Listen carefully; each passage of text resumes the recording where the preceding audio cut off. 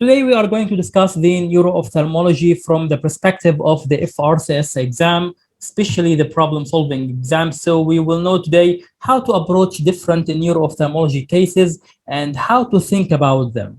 So this will be like an open discussion, as it is said, it is a case-based approach, it is a discussion. So we want all to share our knowledge, to share our ideas. How can we can reach the best and the optimum way to solve the problem solving case.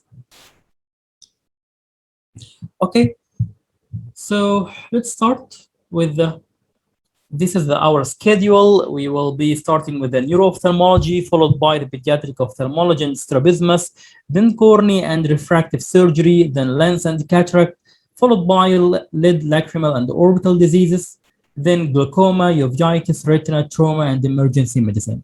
Hopefully, we will change the schedule a little bit to finish earlier, so that those who have the exam in 6th of October will have more enough time to revise. But this is like the preliminary table or the provisional timetable. I'm just giving you the course routine, or what are we going to do in this course. So basically, we are going to conduct live classes. These live classes, we will discuss the workup of the cases, the differential diagnosis, and we will solve the problem-solving exams from 2014 till March 2021, which are basically the new system exams, the short questions exams. So then we will have a homework. This homework is that you will have to do, it will be the solving the questions prior to 2014, and this will be only for the eligible candidates, and you are all eligible since you are all registered before the first session. And this homework will be like a practice for you. So you are going to write an answer. You can, this is like an open book. You can open whatever resources you need to just formulate an answer which will be in your perspective, it is the best way or the best way to approach this exam or this question. Then you will be assigned a personal ID, the same way like the Royal College of Surgeons of Glasgow give you. It will be a personal ID. It will be sent to you in a private message in the WhatsApp group, in the WhatsApp. And then you will be invited to join a private Facebook group. In this private Facebook group, we will post the problem-solving questions each week. So this week, we will post the neuro-ophthalmology questions, like question number 1, question number 2, 3, and 4, and so on. And then we will tell you by the, you will see that you already have a personal ID. So the candidate number 1 will solve the question number 1. Candidate number 7 will solve the question number 7. Candidate number 25 will solve the question number 25. So nobody knows who is going to solve what. So it is just you are solving the question corresponding to your personal ID. And then you will submit your answer, and you are free to submit your answer more than once if you want. If you want to revise your answer, that's okay. You have the whole week starting from Monday, so the tasks will be assigned on Monday till the last date of submission will be on Friday. Then the assessment will be made through the private Facebook group, so that you can in a reply, so you can know what are the mistakes, or what we should correct, or what we can just have a discussion, which could be a better way to solve this question. So this will be like a private Facebook group for only candidates of this course. You can see the whole questions that are answered by all candidates, but you don't know who answered what, because the questions and the answered will be posted by us. So I hope that you will all join and participate in this group discussion, because you know what is the value of that? We will have like a question bank from the all problem solving past questions. So this will be like a reference for all of us. It will be a practice for you, and it will be a reference for our for your future study. Okay, so starting by, I just wanted to tell you just a few things before we jump in neuro-ophthalmology. The case scenario or the clinical case scenario that appear in the exams are basically in the new system are in the format of one of three categories. So one of them is the spot diagnosis. Actually, yes, the surprising thing that which was not present in the past, that there are some questions asked for direct diagnosis. Just have a single diagnosis, not a differential diagnosis. And this, of course, will be much easier than to have a list of differential diagnoses and try to list whatever you know about each one of these differentials. So this is like you already knocked out the question. You are solving the question by knockout. It's just a single answer, just a single hit, and you already got the mark. So this will be for many of us will be considered the easiest, but be careful because if you miss it, then you miss the whole mark. Another kind of category of questions, which is the more common, is the differential diagnosis that will ask about how to approach a case or how to work up a case. So this will ask you about how to do history examination and investigations, and not only that, but also to differentiate between the similar diagnosis. Either differentiate between them in history, differentiate between them in the clinical examination, or by investigations. So this will be like you are collecting the clues. You are now Sherlock Holmes, that you are solving the puzzle. You are collecting the clues, and you are just want to find the criminal. You have a list of suspects, like disease number 1, disease number 2, disease number 3, and you want only one suspect. So you are just trying to eliminate the possibilities, try to decrease the area of suspicion, try to find out a final criminal at the end. And recently, there is a third kind of questions in which there is no diagnosis at all. They don't require a diagnosis. They are just ask theoretical questions, like what are risk factors, what are advantages and disadvantages, what are the pathways that we will see now. So actually, these questions require you to just recall the bookworm inside you and to try to memorize as much as possible from the text. So this is maybe, from my opinion, these questions are the least predictable. So you will find that in every section, in every chapter, we have like 20 or 25 or 30 scenarios that are common in the exams, and they are common in practice, common in life. So if you study them only, you have a decent chance to pass the exam. But with the new questions that doesn't require any diagnosis, it will make you like tend to study the theoretical part a little bit more.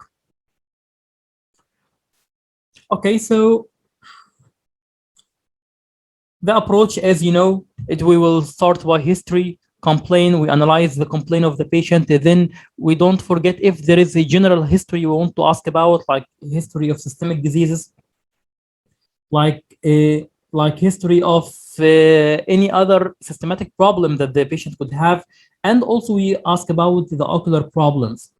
So for general, we ask about the family history, if you are suspecting a genetical disease, general medical history, or it could be asking about ocular. And for ocular, you ask about relevant symptoms or relevant symptoms related to disease.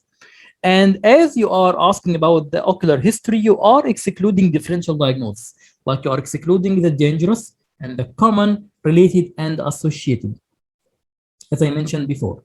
So this is just a recap. Then when you are doing the examination, you are doing the general examination. So don't forget that there is a general examination. Like for example, for multiple sclerosis, there is motor and sensory examination. You should mention about it. Then ocular examination. And again, as you do ocular examination, you are trying to exclude the dangerous and the common, the related and associated. Then doing the investigations, there could be some general investigations like some lab work. And there are some ocular investigations like fluorescein angiography, like OCT, and again, you are excluding differential diagnosis. Then by treatment, you counsel the patient, you try to manage any emergency conditions, try to be conservative as much as possible, do the medical, then the surgical, and finally the referral and follow-up. Okay, so I just wanted to remind you of what we are discussing or what is our scheme. So let's start. First of all, we will try to make a workup for neuro-ophthalmology case. Like if you don't have any idea about neuro-ophthalmology, the neuro-ophthalmology problem, how to make a scheme or how to make a plan for you that will be helpful for you to reach a diagnosis. So for each chapter or for each section, we will have like a specific workup. There is a specific sheet for neuro-ophthalmology. There is a specific sheet for glaucoma, a specific sheet for strabismus. So as there are specific kinds of history and investigations and clinical examination in each section. So for neuro-ophthalmology, there are the optic nerve functions. In the strabismus, there is the sensory and the motor examination. In the glaucoma, there is the angle examination. So the trick here, or some of why the candidates fail, that they just mention everything. Like you are not expected to do angle examination in a case of giant cell arthritis. It is irrelevant. But on the other hand, it is very important in glaucoma. And so there are certain structures in the eye or certain examination techniques that are important in certain specialties and less important in other specialties. So for example, if we are talking now today about neuro-ophthalmology, so we are talking about if what is the most important is the visual loss. So the visual loss is the most important because basically we are talking about the pathway that receive the visual impulses from the retina to the visual cortex. So visual loss will be almost universal for all cases of neuro-ophthalmology with some few exceptions. And the visual loss is what the most important thing about visual loss to analyze is its relation to time. What as we will discuss now. Then we will discuss the pain. Is there is pain, and what is the character of this pain, especially if it is with eye movement. This can be significant for optic neuritis. Then we ask about the double vision. Is there double vision? Is there is horizontal diplopia, or is there vertical diplopia, or torsional diplopia? And is it more for far or more for near? So this is for this kinds of questions. Are there any neurological problems? Like if the patient has any tingling, numbness, paresthesia, if they have deafness, if they have dysarthria, dysphagia, also the eye as a part of the neurological system is not separate from the brain as a whole. Then we ask about the family history, as certain diseases have a family origin or they are hereditary in nature, like hereditary optic neuropathies. And then we ask about unusual diet, malabsorption, alcoholic, smoker, medications. Those patients can have a toxic optic neuropathy from the alcohol, from smoking, from the malnutrition, from vitamin B deficiency, from certain kinds of medications, toxicity of the medications.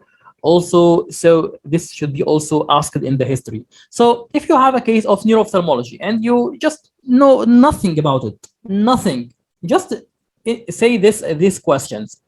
So they ask you how will you diagnose the case?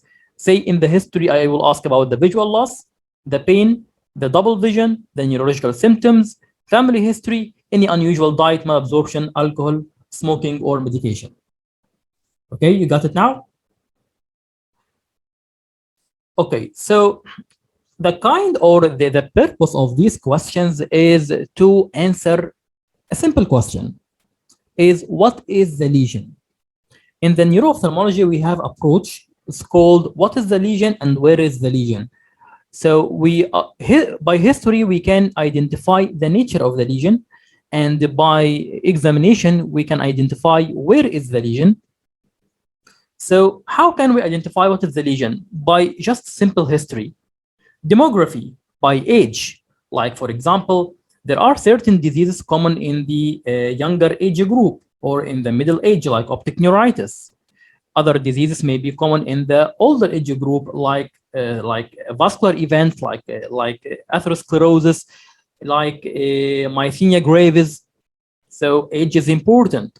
Sex is also important. Like some diseases more common in females, like optic neuritis. Some diseases, other diseases may be common in males, like hereditary optic neuropathy, as in liver hereditary optic neuropathy due to mitochondrial inheritance.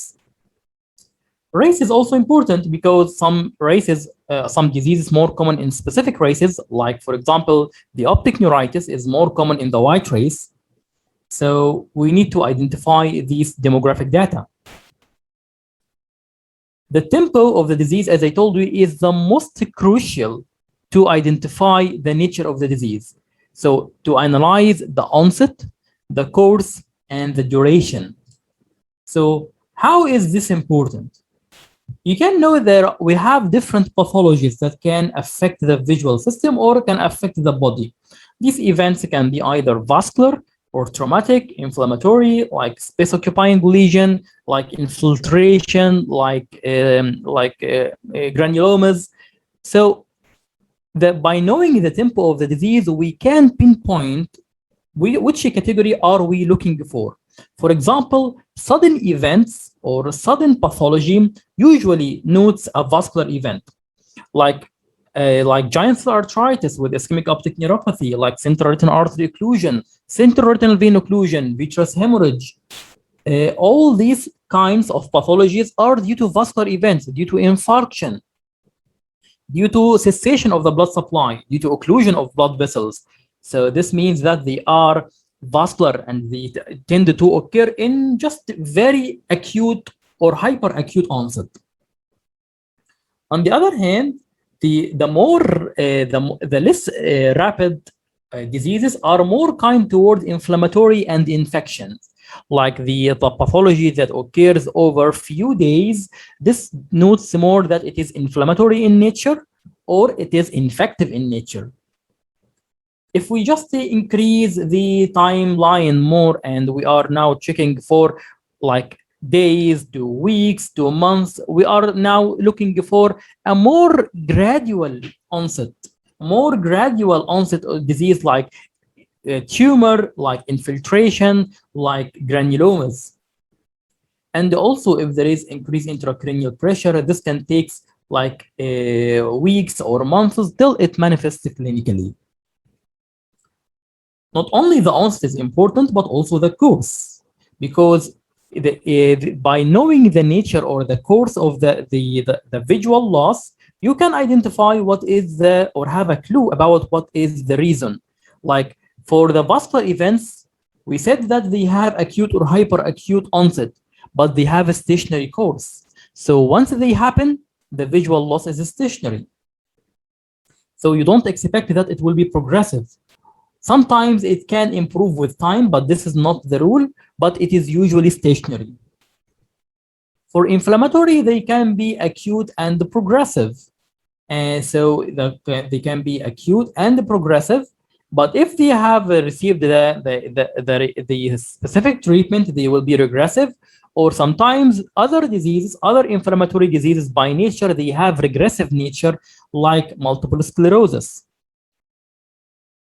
Duration also important. You need to know what is the duration of the symptom or of the complaint, because the more chronic, the more you are thinking of an infiltration or granuloma or tumor or increased intracranial pressure. And the more shorter the duration that the patient is presenting, you are thinking more of vascular or inflammatory or infectious process. The laterality is also important. Like if the patient has unilateral disease, for example, some diseases are, or some pathologies are unilateral by nature. For example, the trauma Most commonly, it will be unilateral. So a patient with bilateral traumatic optic neuropathy, he will be extremely unlucky and extremely unusual. And some diseases are bilateral by nature. Like, for example, if a patient had toxic substance abuse, like toxic optic neuropathy or nutritional optic neuropathy, he will have a bilateral optic nerve affection. So, and other diseases can be unilateral and then become bilateral. Like, for example, the liver hereditary optic neuropathy. It starts unilateral, then it will become bilateral sequential. So the other eye is affected in a matter of few weeks. Also, not only that, but you need to know what are the associations. Like if there is any other ocular or systemic associations that that can help you reach a diagnosis. Like, for example, if there is ocular association for a patient with anisocoria and dropping of the lid, I may think of Horner syndrome. Association of other cranial nerve pulses, like multiple cranial nerve palsy. Like if a patient present with a sixth nerve palsy and he is associated with difficulty in hearing and a decreased corneal sensation. So these associations will make me think of acoustic neuroma, a tumor in the cerebellopontine angle, and so on. So these are kinds of clues that we can collect from the scenario in order to reach a diagnosis. So what is the next step after we finish our history? We proceed to the examination. So the purpose of examination is to aid the history in answering the question of what is the lesion, and also to answer the question of where is the lesion. So where is the lesion? Meaning that it is you have to just remember 3Fs. So what are these 3Fs? Functions, fundus, field. Again, functions, fundus, field. What are the functions? They are the functions of the optic nerve. And this is the kind of specific examination that I'm telling you about that is specific to neuro-ophthalmology. We need to identify a patient with impaired optic nerve functions. So those patients will have impaired visual acuity, pupil, color vision, contrast sensitivity, light brightness appreciation. And actually, not all are impaired at the same time. And sometimes some functions precede others, like, for example, color vision and the contrast sensitivity will be affected more than the visual acuity in optic neuritis, but they are affected to the same degree in ischemic optic neuropathy. So by knowing how much degree of affection in these different functions, we can also have a clue about diagnosis. Then we examine the fundus to identify what any other abnormalities in the fundus. Then we do field examination, starting by examination using the confrontation test. Then we can proceed with investigations by the visual field. And we check for the associations. And one of the most important associations in the neuro-ophthalmology is the extraocular muscle motility, due to the close relation between the nerves or the cranial nerves and the muscles of the eye. So this will denote the presence of cranial nerve palsy and will affect the extraocular muscle motility. So again, what is the purpose of this? We need to identify where is the lesion. Is it affecting the retina or the optic nerve or the optic chiasma, the pretectal nucleus, the optic tract, the optic radiation, or the visual cortex? So let me give you an example how these functions and how these details can give us a clue about where is the lesion.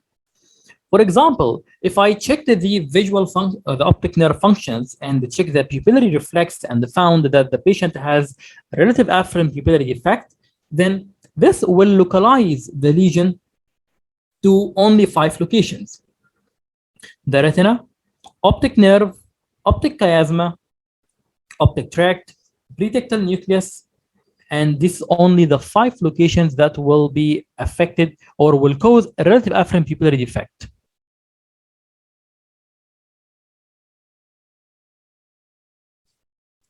Okay, so this is for the relative afferent pupillary defect. And all these kinds of defects can cause a visual field except for the pretectal nucleus. So only pretectal nucleus doesn't have any photoreceptors, so it will not manifest by any visual field effect. So visual field effect can also occur in the retina, in the optic nerve, in the chiasma, in the optic tract, lateral geniculate body, optic radiation, and visual cortex. And we will come to what are these kinds of visual defects later on today. In the optic nerve, optic atrophy can occur if there is a pathology in the retina, so it is a consecutive optic atrophy.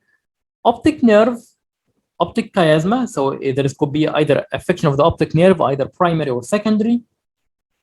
Optic chiasma can be a horizontal bow tie atrophy. Optic tract can present with vertical bow tie atrophy, lateral geniculate body. Optic disc edema, when we find optic disc edema, then this could be a lesion, either it's a pseudo papilledema, it is just not a true papilledema, or it could be due to localizing the lesion to the brain. Either it is a true papilledema due to a space occupying lesion, or it can be due to optic nerve lesion, such as neuropathy, or some ocular problems, such as central retinal vein occlusion, hypotony, posterior scleritis, uveitis. All this can also cause optic disc edema. Systemic manifestations, such as also malignant hypertension, can cause optic disc edema. Also, if we combine the fundus, which is optic disc, and function, which is the vision or visual acuity, we can also reach a clue. If we have an optic disc edema with normal visual acuity, then this could be a pseudopapilledema or papilledema or a diabetic papillopathy. So watch out in the scenario. What are they are asking for? If you are just remember these 5 categories, almost all scenarios discussing the optic disc problems or optic neuropathies will be mentioning one or more of these items. Either the question is saying the patient has relative absent pupillary defect, so you know that you are looking for a pathology in the retina, optic nerve, chiasma, tract, pretectal nucleus. The question is saying that the patient has optic atrophy, so you are considering a consecutive atrophy, primary or secondary optic nerve atrophy, optic chiasma or optic tract atrophy, lateral geniculate body, and so on. So for those who are applying for the final FRCS exam, let me just tell you what are these kinds of optic nerve examination for more details. So we have the visual acuity. You have to do the corrected and the uncorrected visual acuity. And to do the color vision, so this can be done by the Ishihara plates, the isochromatic plates.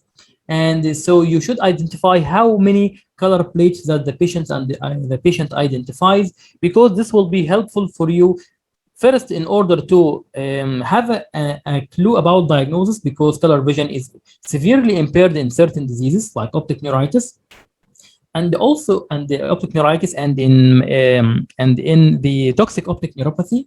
And also it can give you an important clue for follow-up. Like if you find that your patient is now cannot see 1 plate, and after 1 week he can't see 5 plates.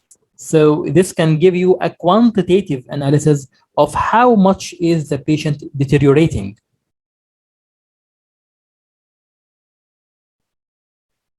Then we have the color vision also can be measured by a crude measurement using the red bottle of the mydriatic eye drops, but we just don't say that in the exam. This is just for the practice.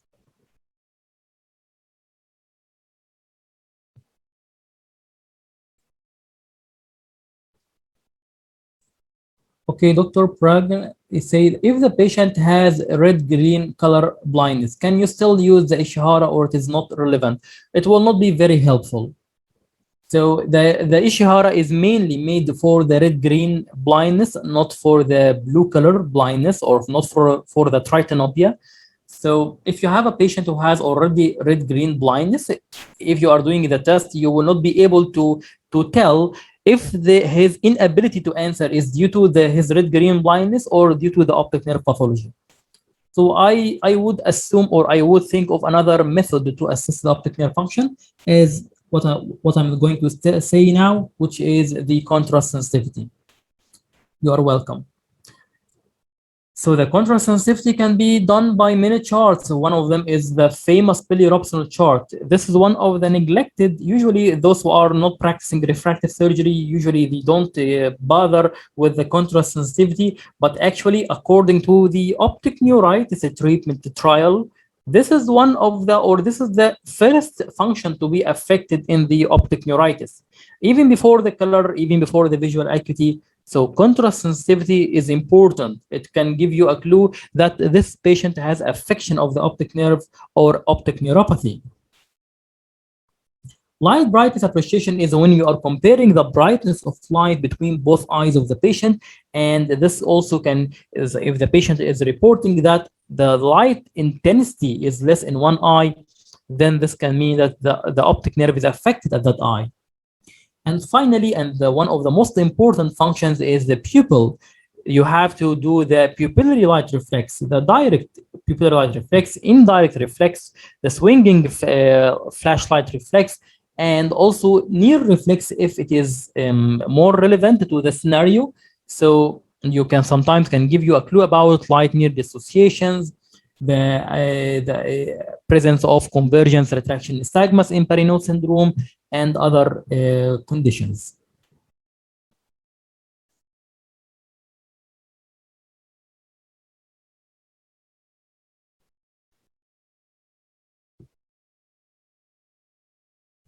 Okay, so we finished our first F, which is the functions of the optic nerve. What is the second F? It is the fundus. What do you expect to find in the fundus of a patient with neuropathy or a patient with a neuro-ophthalmology problem? It is one of, I try to summarize all problems that may happen in a patient with neuro-ophthalmology. So it can be an optic disc swelling or an optic atrophy or others.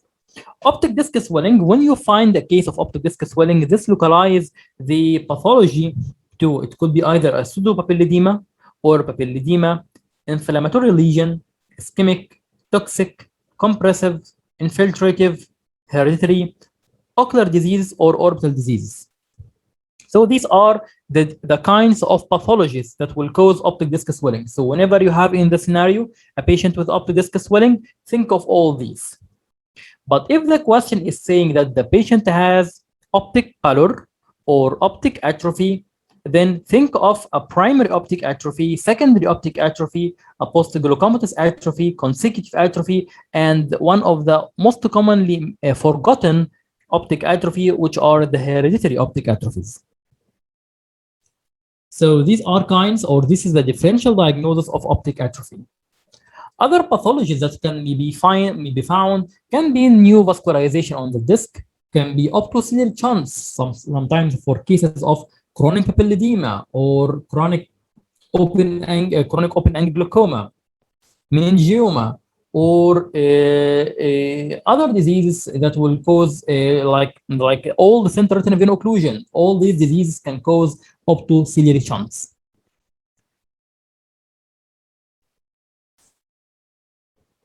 Traumatic optic atrophy. Okay. Thank you, Dr. Roksha. Other diseases, the neovascularization of the disc and optociliary shunts, disc drusen, macular stars in case of neuroretinitis, and other optic disc anomalies like congenital anomalies in case of morning glory syndrome, optic nerve hypoplasia, and others. So now you have, when you are looking for the fundus, you know what are you looking for. What is the actual clue that you are looking for in order to get the differential diagnosis. Then you proceed to the third F, which is the field examination. The field examination is made by the confrontation test and the visual field or the perimetry. So when you are speaking about examination, you are doing a confrontation test. When you are speaking about the investigations, you are doing the visual field or perimetry. Associations. We said that one of the most important associations that we should check for almost every case of neuro-ophthalmology is the ocular motility. And the ocular motility is divided into three kinds of movements that we will cover the next week when we'll discuss the pediatric ophthalmology and strabismus. So one of them, or the first one, is the saccadic eye movement, which is rapid eye movement trying just to locate an object on the fovea. So this is a rapid pre-programmed movement that will bring an object in the visual field to the fovea. Once it is brought to the fovea, then the eye can track this object by the pursuit eye movement. So pursuit eye movement and saccadic eye movements are affected, but to a different degrees and different pathologies. Like for the supranuclear disorders, the saccadic defects or the saccadic eye movements are more affected than the pursuit eye movement. And also the pursuit eye movement will show different patterns of affection depending on whether the lesion is paralytic or restrictive, as we will mention in the strabismus. And finally, the accommodation. So the accommodation is also useful for some cases, like as I told you, especially for cases with light near dissociation, like a case of AIDS people, to differentiate, to check for light near dissociation, for cases of argyropersum people to find light near dissociation, for parinode dorsal midbrain syndrome, when the patient is converging, there will be a convergence retraction nystagmus, and so on. So these are your tools that you use in order to reach a diagnosis. Then you proceed to the investigations. So one of the most important investigations are the visual field, and we will cover this in more details right away. Just hold on. So, and then the second most important kind of investigations will be the neuroimaging. So the neuroimaging will be mainly the main two reasons for the neuroimaging will be either a patient is complaining from the visual loss or is complaining from the cranial nerve palsy. So if the patient is complaining from the visual loss, this visual loss can be acute or can be chronic or can be acute, either unilateral or bilateral. This is an indication for the neuro-ophthalmological imaging, because an acute affection or acute visual loss can be suspicious of hemorrhagic event or ischemia or embolism, or so this is for acute, unilateral or bilateral. But why bilateral? Because bilateral, you are if you have a patient with bilateral visual loss, you are suspecting a retrochiasmal lesion. You are suspecting if the patient has chiasmal problem or retrochiasmal problems. But does this mean that every patient with a chiasmal problem will present bilaterally? The answer is no. It can present unilateral, as we will say in a while. If a patient has suspicious of compressive pathology, if you are suspecting a patient with compressive pathology, like if the patient has visual field defect, or if the patient is having symptoms of increased intracranial pressure, so you are suspecting intracranial mass, this is also an indication for neuroimaging. Also, the second indication will be the cranial nerve palsy. So if the patient has a third nerve palsy, what are the different conditions in which we order neuroimaging? If the patient has incomplete third nerve palsy, like it is involving the superior or inferior branch only, or if it is pupil involving, meaning that it cause dilatation of the pupil, this is a surgical case. Or if it is pupil sparing, however, the patient has a risk factor as he is young age. He could have an aneurysm, but it is still too small to cause pupil dilatation. So we need to do imaging to catch it in the start. Pupil sparing and old age, but the patient doesn't have any vasculopathic risk factors. So you are wondering why this patient could have this third nerve palsy. Maybe, for example, he has leukemia and there is leukemic infiltration to the third nerve and other cranial nerves. So you should always inquire about or do imaging for third nerve palsy in these conditions. Fourth nerve palsy, we are doing it for children for case of gliomas, and we also do it if there is a presumed vascular fourth nerve palsy that failed to resolve. So within 3 months, and you are diagnosing it as a vasculopathic fourth nerve palsy, but it didn't resolve within 4 months. Also, if there is trauma, if there is multiple cranial palsy, if there is high intracranial pressure causing cranial nerve palsy, especially the sixth nerve, or if there is a focal neurological deficit like motor or sensory deficit, then this is an indication for neuroimaging. So, is this are all the investigations present in the neuro-ophthalmology? No, we still have more. Like electrophysiology. So, what is the role of electrophysiology? The electrophysiology can be shown to be affected in certain ophthalmological or neuro-ophthalmological problems. It can be affected in the toxic optic neuropathy and the nutritional optic neuropathy. So both of them can be affected in case of, or the ERG can be affected in toxic optic neuropathy and nutritional optic neuropathy. While the VEP is the most important, it can be used to detect vision or visual potential in children, detect if the patient is malingering or not. Can be also useful for cortical blindness, where you have a normal fundus and the normal pupillary light reflex. Can be very, very useful for the multiple sclerosis, can be showing a decrease in strength or decrease in the amplitude and the delayed latency of the P100. This also can occur in multiple sclerosis, and it is very useful to differentiate multiple sclerosis from other causes that will only affect the amplitude rather than the latency, such as ischemic optic neuropathy or compressive optic neuropathy. Toxic optic neuropathy and the nutritional optic neuropathy also will show affection of the VP. Dr. Manur said that it is in the RP, retinitis pigmentosa, also the ERG is very important. Yes, I understand. We are just focusing now more on the neuro-ophthalmology, but as you saying that retinitis pigmentosa can cause consecutive optic atrophy. So yes, ERG is important though.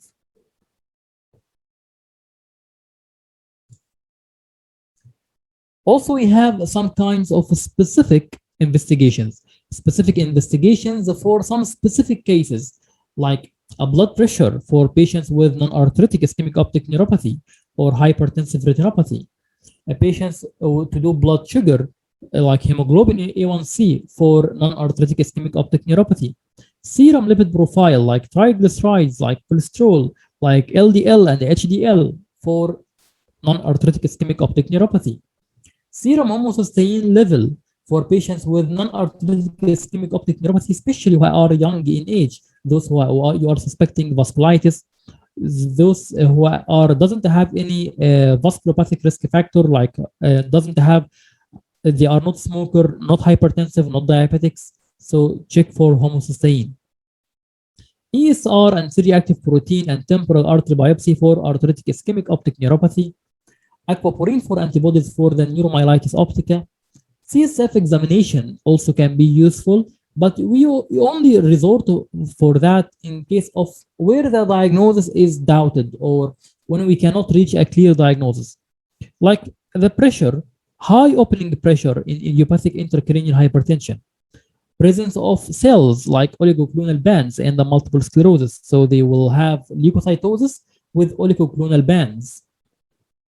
Increased cells like in meningitis, sarcoidosis, Behçet, Vogt-Koyanagi-Harada, all these diseases can cause optic disc swelling, and also it will show increased number of cells due to inflammation in the CSF.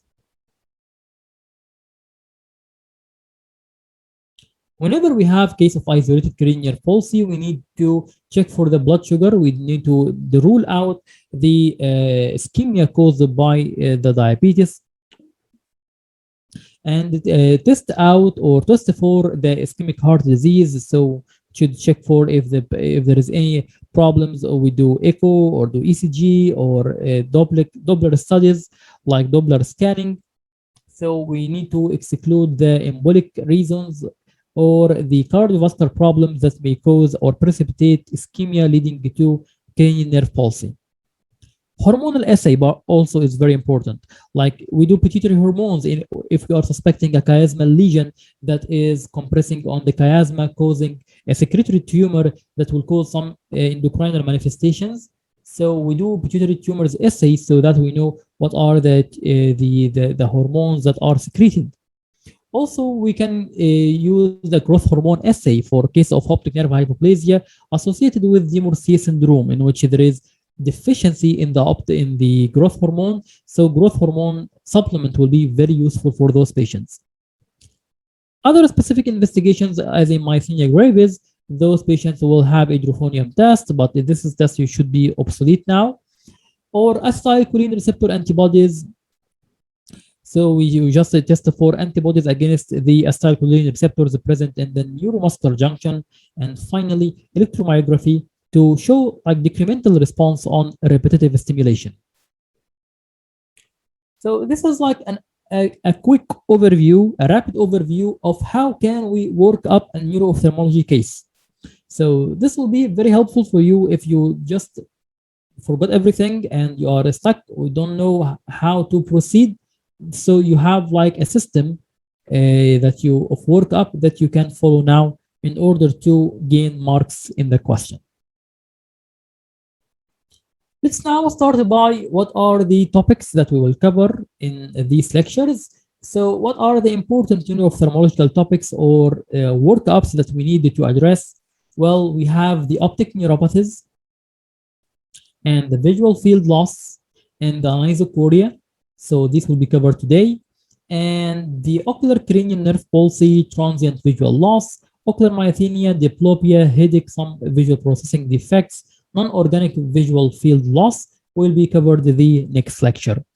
So let's jump into the optic neuropathies. So what do you think about the optic neuropathies? It is an easy topic or a tough topic?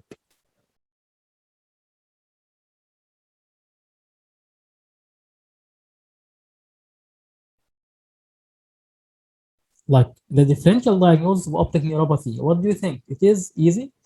Okay, so let me tell you something, that there are more than 100 ophthalmological diseases that can cause optic neuropathy. This is one of the most extensive differential diagnosis in ophthalmology. You know, so if you do you want to work up 100 ophthalmological disease? These diseases range from tumors, inflammation, congenital anomalies, trauma, infections, granulomas, infiltrations, autoimmune diseases, radiation, all these, there are a lot and a lot of diseases that will cause optic neuropathies. So don't underestimate it. Let me just erase this green line.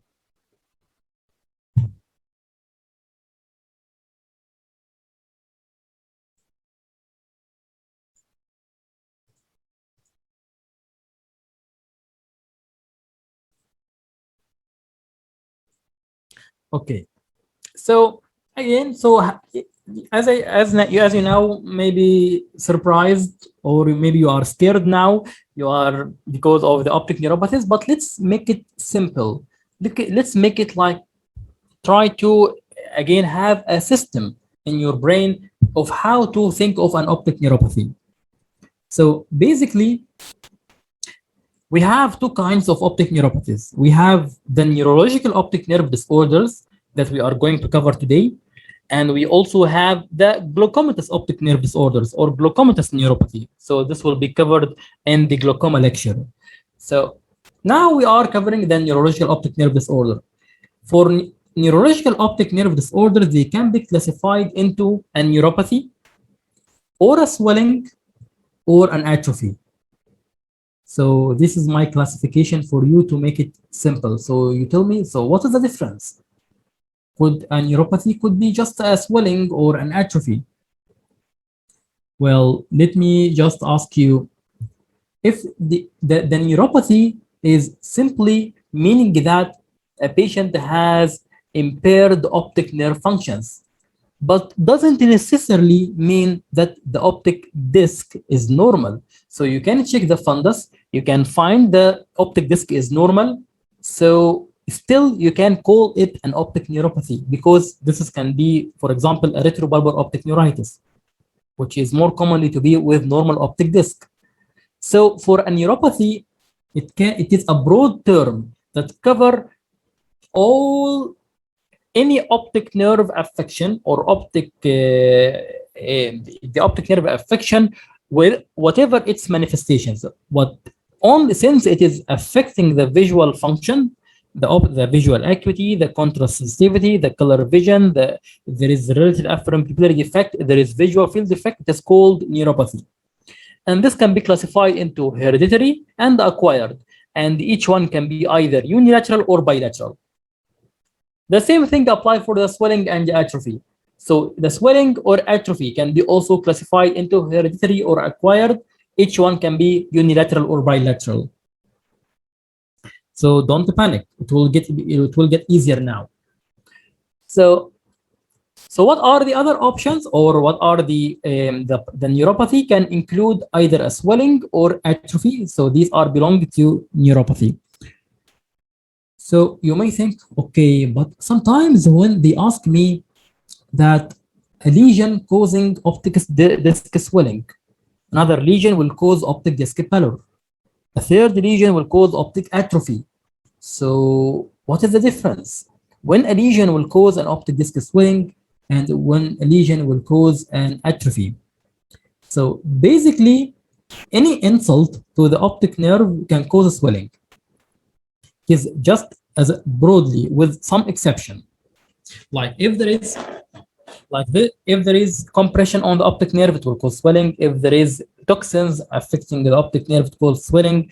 If there is ischemia of the optic nerve, it will start initially, it will swell initially. So swelling is the initial response to a pathology affecting the optic nerve, with some exceptions. For example, as I told you, the multiple sclerosis, usually it presents with retrobulbar neuritis rather than papillitis. And the other option, or the other exception, is the compressive optic neuropathy depending on the location of the lesion. Meaning that this is the optic nerve, and this is a cross section of the optic nerve. You can see the site of entry of the central retinal vein and central retinal artery around 4 millimeters behind the optic disc. So when there's a compression of the optic nerve at the level before, the response of the optic disc will be different according to where the compression is before or after the level of entry of central retinal vein occlusion. So if it is before, like if there is a compression here, then this will result in that if there is a compression here, this will result in that it will cause edema and pallor. So this is because of obstruction of the venous drainage from the eye. So there will be venous engorgement causing optic disc edema. And if the obstruction was not resolved, then this will compress the optic nerve fibers, eventually will cause pallor and atrophy. So pallor, this is the normal sequence: edema followed by pallor followed by atrophy.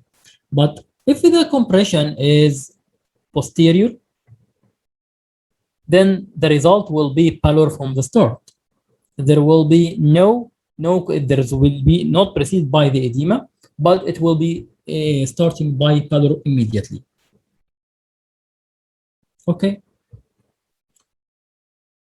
So this is regarding the morphology. So we know that what we have neuropathies, we have swelling that cover or will consist of swellings and the atrophy.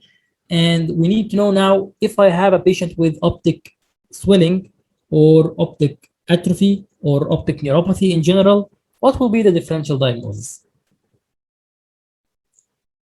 So we said everyone can be unilateral or bilateral, congenital or acquired. Let me just make it easy for you. The congenital is simply the hereditary optic neuropathies. So all hereditary optic neuropathies are the congenital or the hereditary. They can be unilateral, but it is rare. And the only exception for that is the Leber hereditary optic neuropathy. It tends to become unilateral, but eventually it will become unilateral, bilateral sequential. The other eye will be eventually affected. So don't just just this is simple for everything. For any optic neuropathy, just you have a differential diagnosis to be congenital, exclude the hereditary optic neuropathy. And how can we exclude? By the presentation, by the age of presentation, by some characteristic signs like peripapillary telangiectasia in the liver, hereditary optic neuropathy, and also the acquired. So what is the acquired? You should exclude. You exclude the optic neuritis, inflammation. This inflammation can be retrobulbar in 2/3 of cases, or papillitis, which is inflammation of the optic disc in 1/3 of the cases, or neuroretinitis involving the retina as well. The cause of optic neuritis can be demyelinating, or post-infectious, or autoimmune diseases, like, for example, systemic lupus, one of the most common diseases to cause optic neuritis, and idiopathic. The second pathology, or the second reason for optic neuropathies, is the ischemic optic neuropathy. The ischemic optic neuropathy can be anterior or posterior. The anterior can be further subdivided into arthritic, such as giant cell arthritis, non-arthritic, which is usually due to atherosclerosis. While posterior, it is usually diagnosed by exclusion, and it occurs after a major surgery with blood loss or anemia, or like car accident. So this for the posterior ischemic optic neuropathy. The compressive optic neuropathy can be due to tumors, the infiltrative or granulomatous optic neuropathy, such as sarcoidosis, lymphoma, and leukemia. So these needed to be worked up. Traumatic optic neuropathy, toxic optic neuropathy, irradiation optic neuropathy. So if you just forgot them, or you just don't remember them, remember this nice mnemonic: night ticks. So night ticks refer to the different pathologies or the different etiologies for optic neuropathy.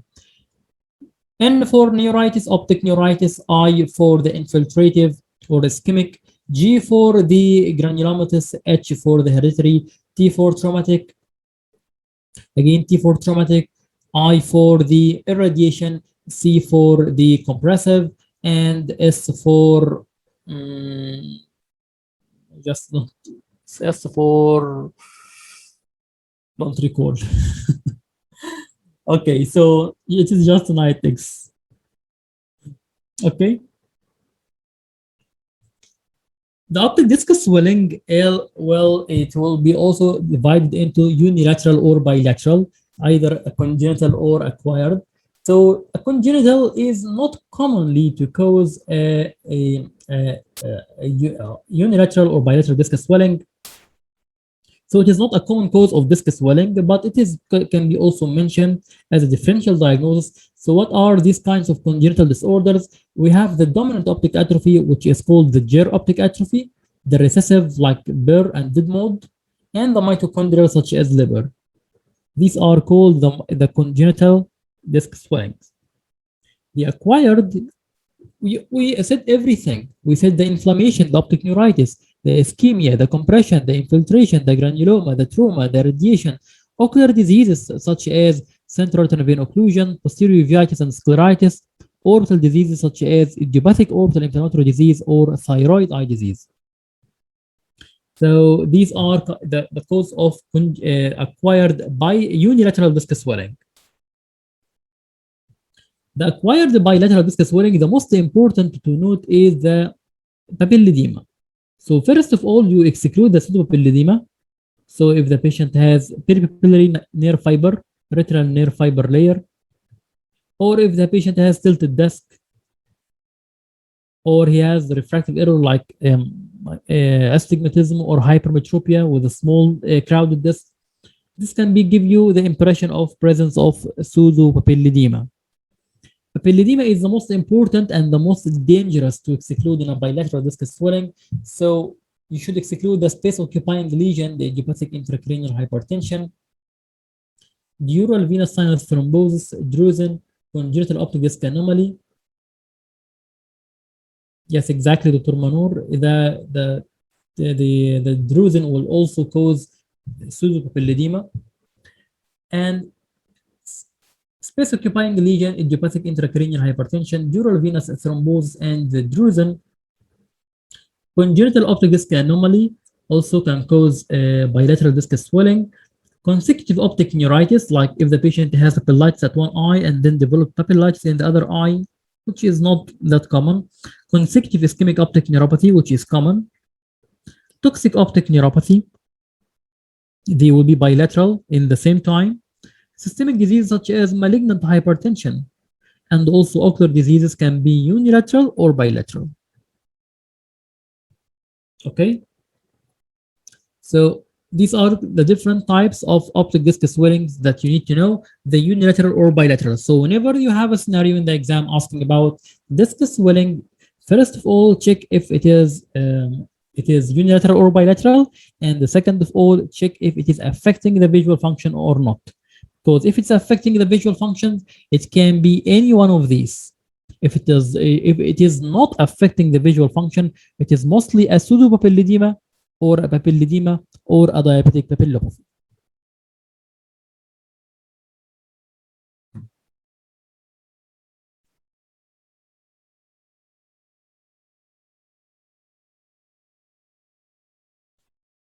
Finally, the optic atrophy.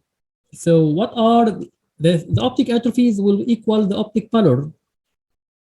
So it will be the eventual stage after optic swelling. So congenital optic atrophy, if it is unilateral, it is not common to be unilateral, but it is more common to be bilateral. So, but they are more common to present immediately with pallor rather than a swelling, and more commonly to be bilateral rather than unilateral. But the swelling can occur, especially in the initial stage, for example, in the liver. For the acquired, a patient with old optic neuritis that was not treated can progress to optic atrophy. Old ischemic optic neuropathy, compressive optic neuropathy, in which the compression was not released, infiltrative optic neuropathy, granulomatous optic neuropathy, traumatic optic neuropathy, chronic glaucoma, glaucomatous optic atrophy, consecutive atrophy, such as after retinitis pigmentosa, after central retinal artery occlusion. All this can cause unilateral optic atrophy.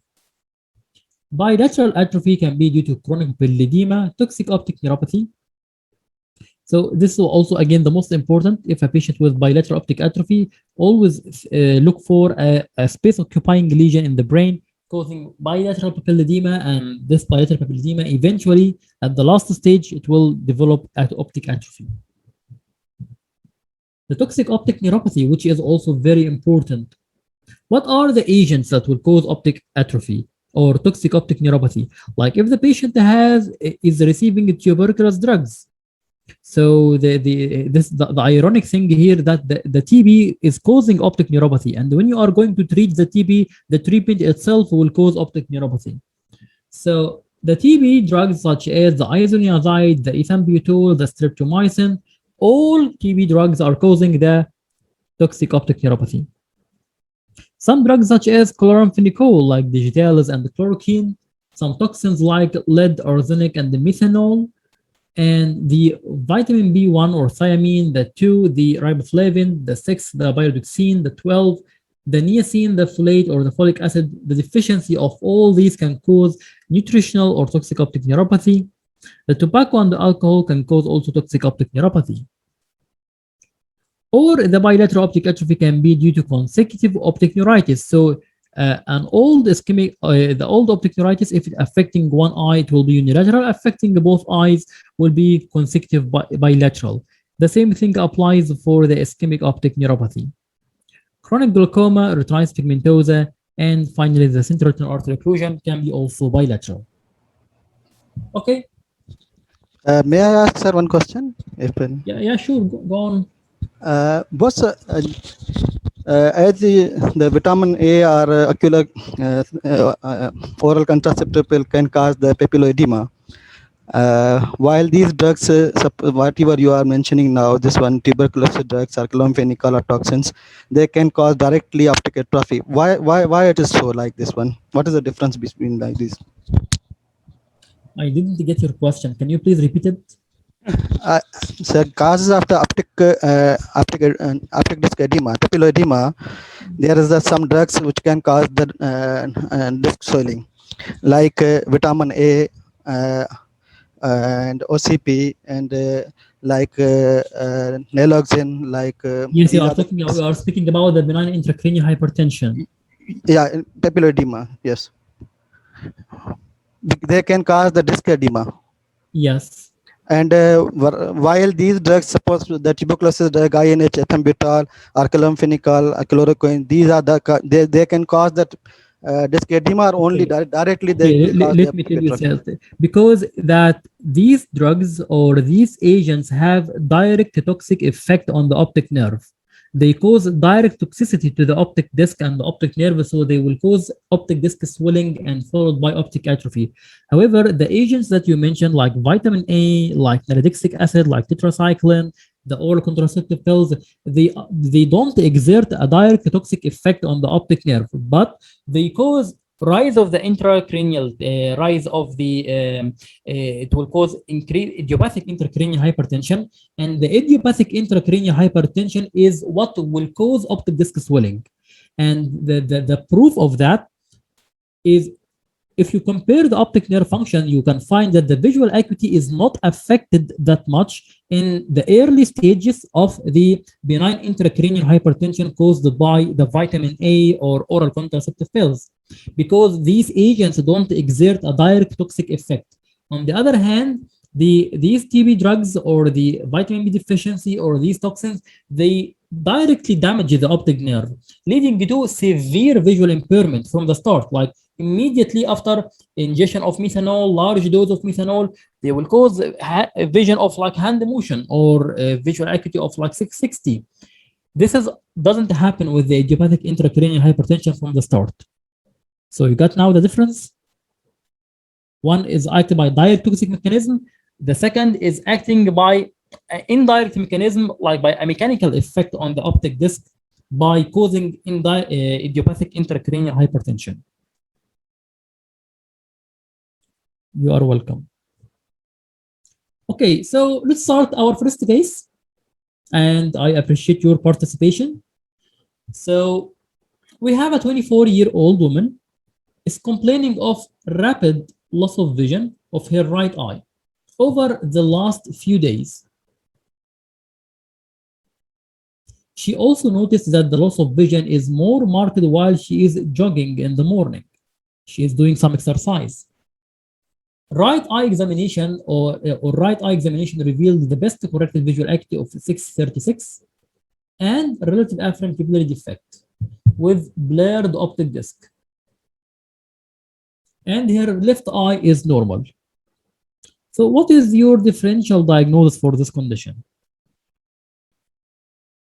First of all, let me tell you what is the most likely differential diagnosis and what are other differential diagnoses that you may think of. Optic neuritis. Yes. Uh, So this will be the most likely. Why? Let's count the clues in the scenario.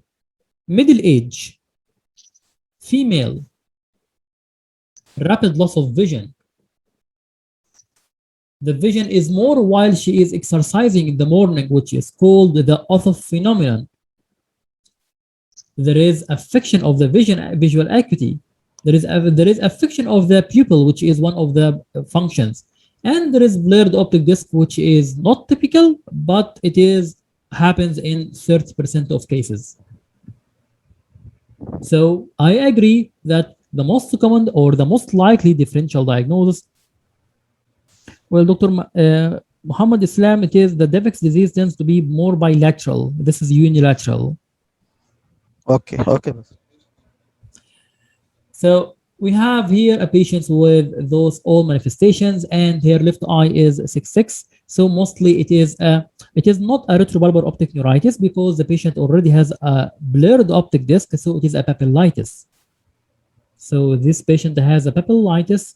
Mostly it is optic neuritis. Mostly what kind of optic neuritis? Mostly it is a demyelinating optic neuritis. because of this phenomenon that the patient is having more loss of vision while she is jogging. So those patients with optic neuritis have demyelination, and this demyelination will Multiple increase sclerosis. with exercise, increase with a hot bath. So those patients will be experiencing the more loss of vision while they are doing because of the increasing demyelination.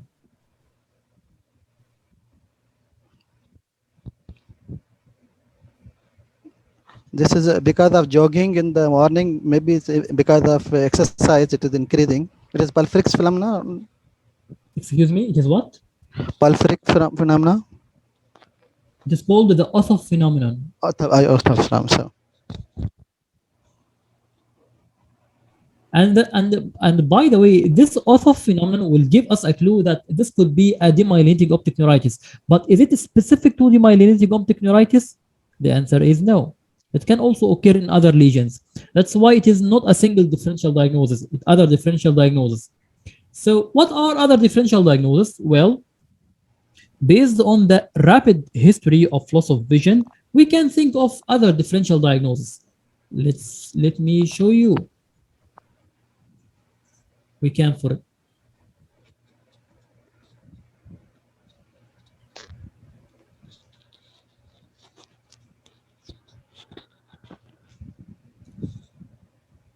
So my top differential diagnosis will be the demyelinating optic neuritis, but I will consider other differential diagnoses. Most importantly will be these tools. Why these tools? Because actually infectious optic neuritis and inflammatory optic neuritis are also belonging to the same category of inflammatory optic neuritis. So an inflammatory optic neuritis can be demyelination, can be infection, can be or it can be inflammatory optic neuritis, can be demyelination, can be infectious. All are characterized by rapid loss of vision. So what are the reasons of infectious optic neuritis? Can be due to TB, can be due to syphilis, Lyme disease, scratch disease. Inflammatory optic neuritis, it is due to sarcoidosis. I will consider also other diseases since she is young and female, such as autoimmune diseases, such as systemic lupus. Also, less commonly, I would, or at least a list of my differential diagnosis, maybe infiltrative optic neuropathy, such as orbital tumor, Leber hereditary optic neuropathy. This will be also can cause. It is less likely to be in females, but it can start in this age, and it will also cause a rapid loss of vision. The least in my differential diagnosis will be ischemic, because ischemic will be more likely in the older age group. However, it is still can be considered because those young patients can still have vasculitis, and this vasculitis can precipitate ischemia, and also they can have infectious optic neuritis such as syphilis, and syphilis can cause both infectious optic neuritis and ischemic optic neuropathy, so it can cause vascular occlusion. So all these can be considered in such patient. So the next question, which is, or as we proceed our differential diagnosis, we need to differentiate. We need to see how can we check. First, start by the history. We need to analyze the complaint, the onset and the course and duration. So every complaint that the patient is complaining from, we need to check and validate what is the onset and the course and duration. Like if the patient has loss of vision, it is starting sudden or acute, it is acute, and is it progressive or regressive? So I would write that. I would check if the patient has progressive or regressive, because, for example, if the patient has optic neuritis, the natural course of this disease, it is regressive. If it is progressive, then we should think of another differential diagnosis or another entity of optic neuritis, like atypical optic neuritis. And the duration, it should demyelinating optic neuritis should resolve within a month. But if it is extending more than a month, then we should also consider other diagnosis or atypical optic neuritis. So when I'm starting in the history, or when I am speaking about the history, I should start by the most relevant. I'm here suspecting demyelinating optic neuritis. So I shouldn't start by other differentials away from the demyelinating optic neuritis. I should ask specifically about symptoms of optic neuritis, demyelinating optic neuritis, like the presence of phosphines, flashes of light, the presence of diplopia, maybe due to INO or internuclear ophthalmoplegia, presence of nystagmus, dysarthria, dysphagia, the neurological affection by the multiple sclerosis. If the patient has any electrical shock-like sensation or neck movement, lower mid sign. If there is sudden worsening of vision on exercise or increasing the body temperature, also phenomenon, and the patient already reported that. If the patient has any other problems, neurological problems such as weakness, stiffness of the lower limbs, numbness and paresthesia, sphincter disturbance, for which disease?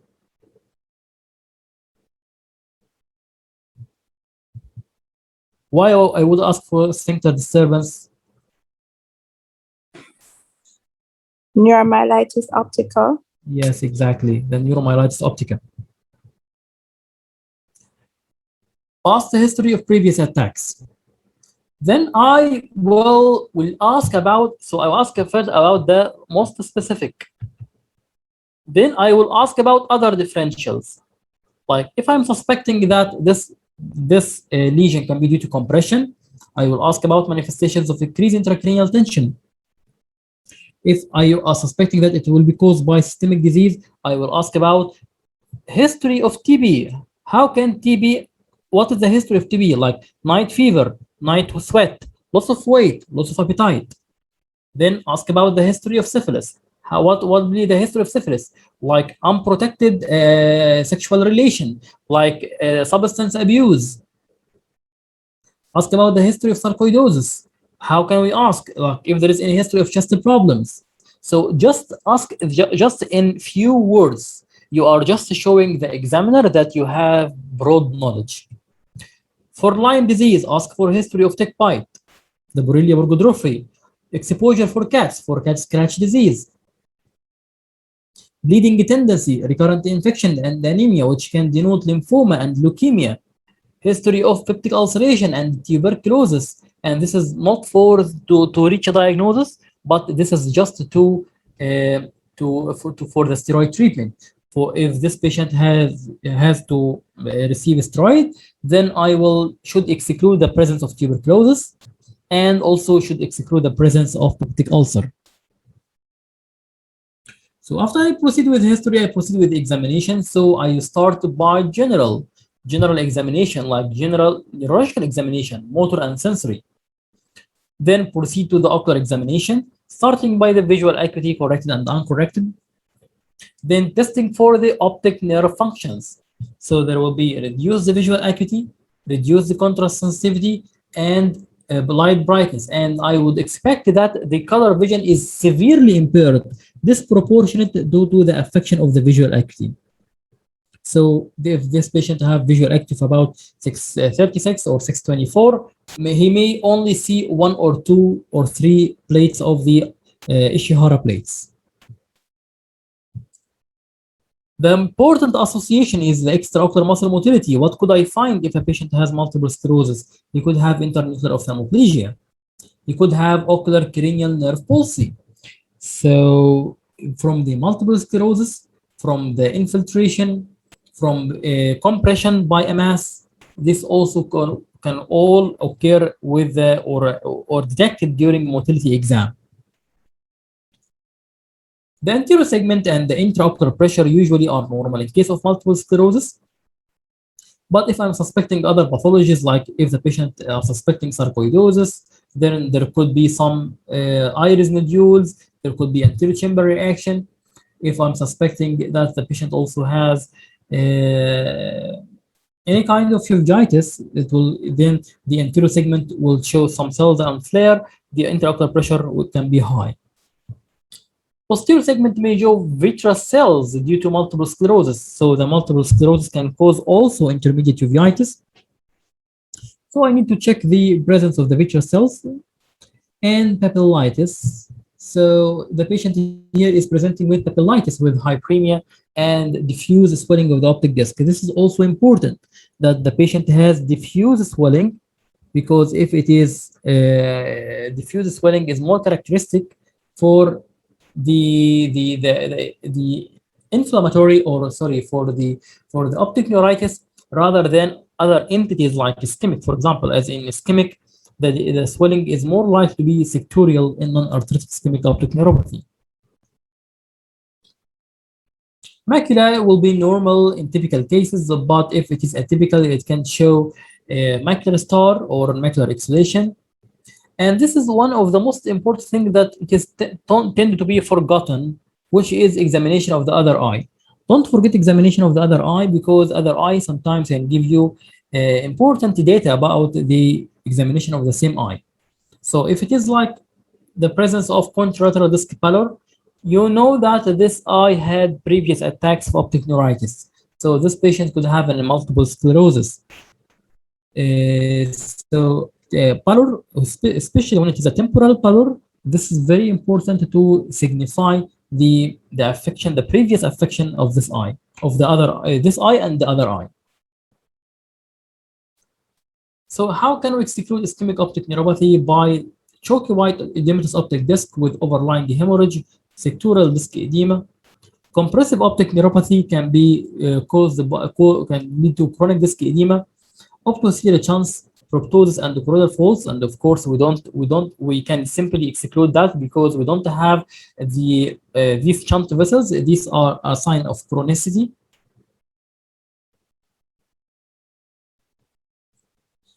Labor hereditary optic neuropathy will show peripapillary telangiectasia.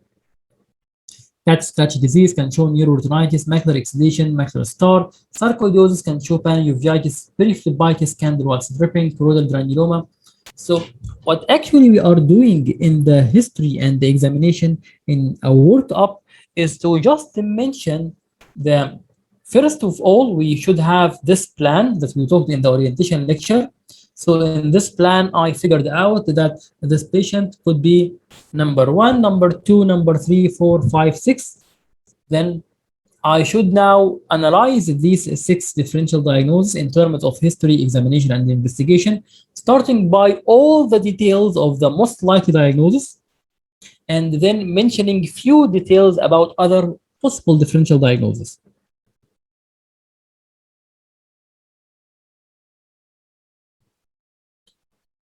Then the investigations, I again start by the investigations that are relevant to the optic neuritis. So I will start doing the automated perimetry, like doing the visual field analysis.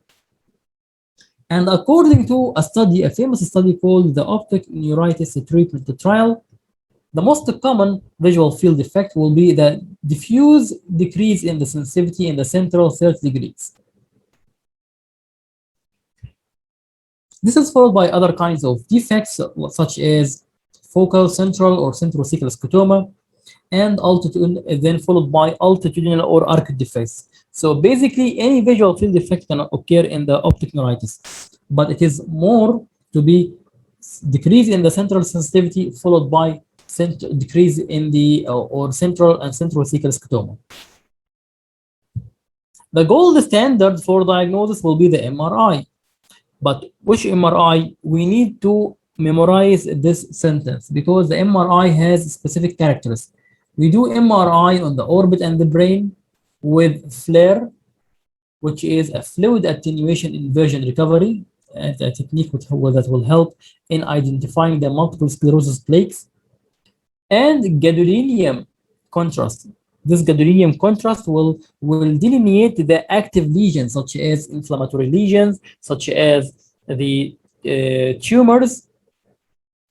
It will take the stain, will take the contrast, and also fat suppression. It is a technique in the radiography to decrease the signals coming from the fat, so that it will show the periventricular plaques much more better.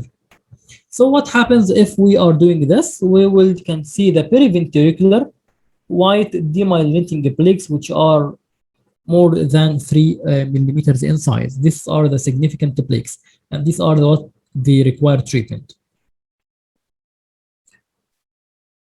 So, what happens if I have a strong clinical suspicions of multiple sclerosis, but still the MRI is not conclusive?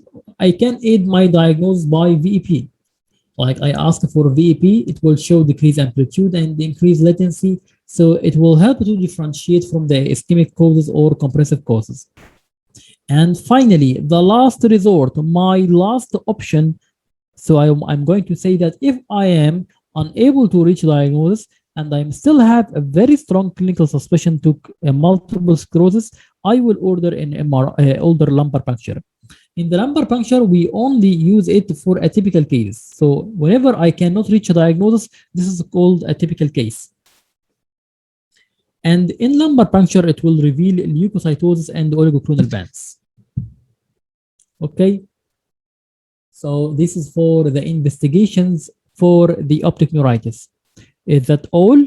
No, I just started with what I'm suspecting more, but I need also to cover other possibilities. So I will order CBC or complete blood picture, hemoglobin A1C, ESR and C-reactive protein for systemic lupus, for any inflammatory lesion, anti-nuclear antibody and double-stranded DNA antibody for systemic lupus, MAN2 test for which is a skin hypersensitivity test for the TB, the IFNG release assay or the quantiferon TB gold. This is the gold standard test for the tuberculosis. Chest X-ray, gallium scan, serum angiotensin converting level for the sarcoidosis, serum and CSF, VDRL, and the fluorescent troponemal antibodies are for syphilis. Serum, neuromyelitis optica, immunoglobulins, or what's called the aquaporin for antibodies. I will do it if there is a typical case of optic neuritis. And spinal MRI can sometimes show spinal tumors, which will cause increase in the flow, increase in the cells content of the CSF, and also will eventually will cause optic disc swelling. Anti-Lyme antibody titri will detect the IgM and IgG against the Lyme disease, against the Bartonella hensali, and the mitochondria gene mutation 11778 and 14484. This is for the liver hereditary optic neuropathy. So if I have a strong suspicion of liver, I will order this gene. So we are speaking about if we have a typical or atypical optic neuritis. So can anyone tell me what are the features of a typical optic neuritis?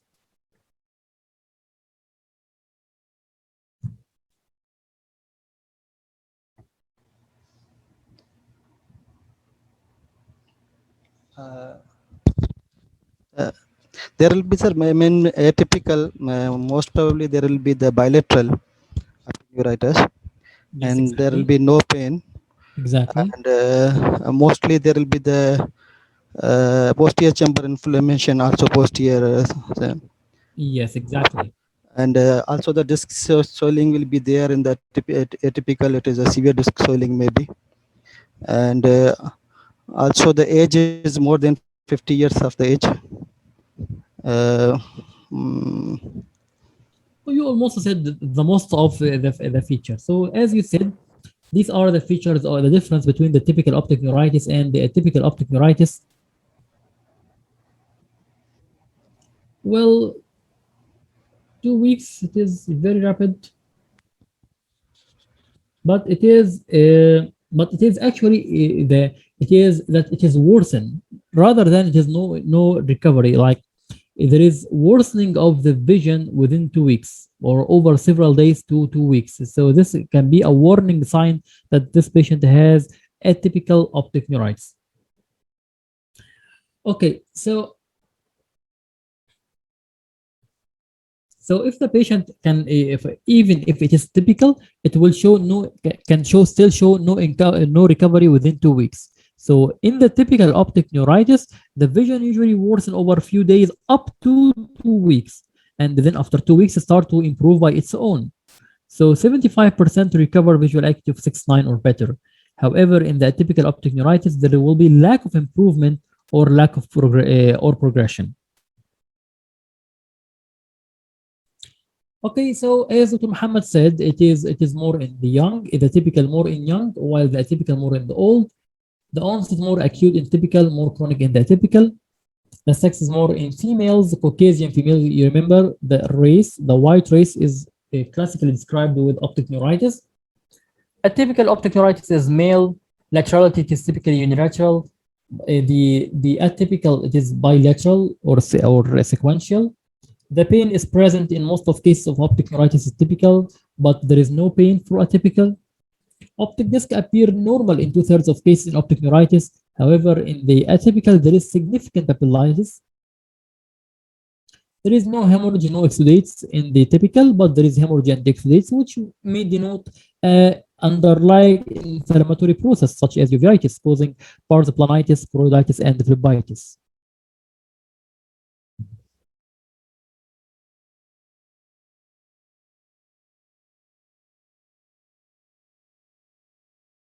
Okay, so the next question: how are you going to investigate this patient? We already said what are the investigations that we need for this patient, and the final, how will you treat the patient?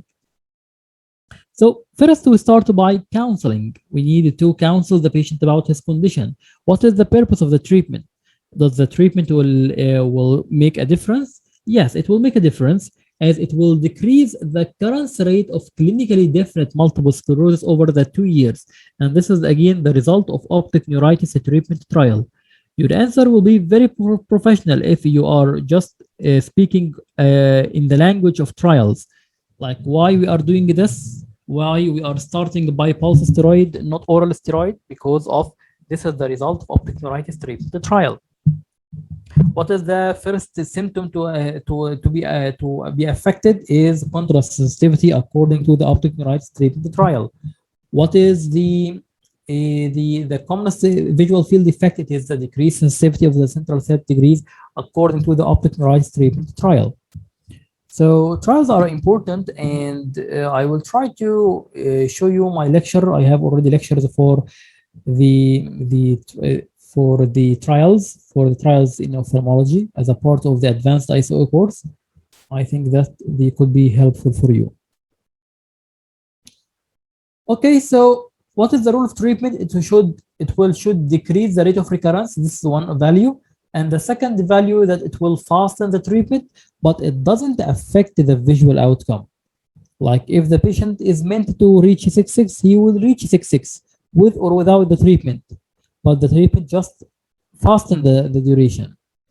So I have to consider this with the patient, because I need to discuss the benefits and the risks of high dose steroid therapy. For example, if a patient is stressful and has peptic ulcer and he has optic neuritis, should I give him the steroids? No, doesn't have, because he will eventually improve by its own, but the steroids can cause him much more problems.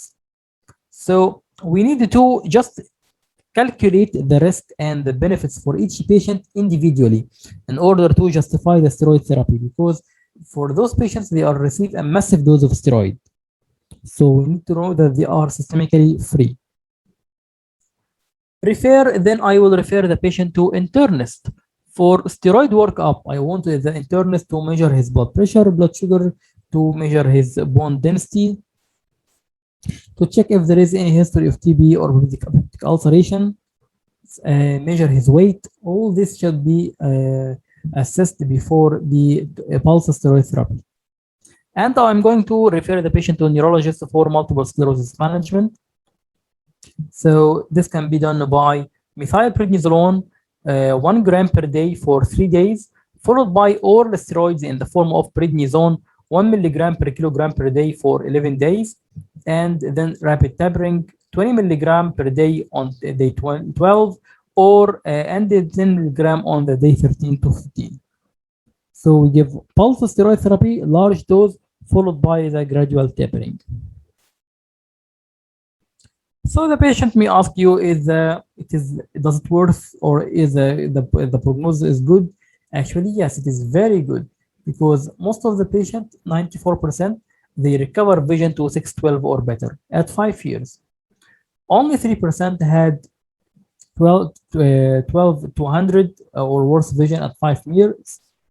And this will be depend, or what are the risk factors that the progression or improvement will depend on.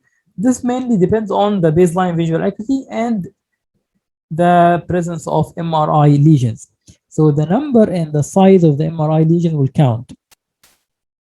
The more, the higher the risk. Like, according to the optic neuritis treatment trial, the overall risk of the next 15 years is around 50%, but it will jump to 72% if there is one or more MS plaques. For follow-up, we need to follow up for the presence of clinically definite MS. Excuse me, sir. Yes. Is there any role of interferon for this? Yes, MS? I will tell you. So the role of interferon is for high-risk patients, like for patients who have atypical cases, like for patients who show some high risk criteria defined by the optic neuritis treatment trial. These risk criteria, they could be male, they could have severe papillitis at presentations.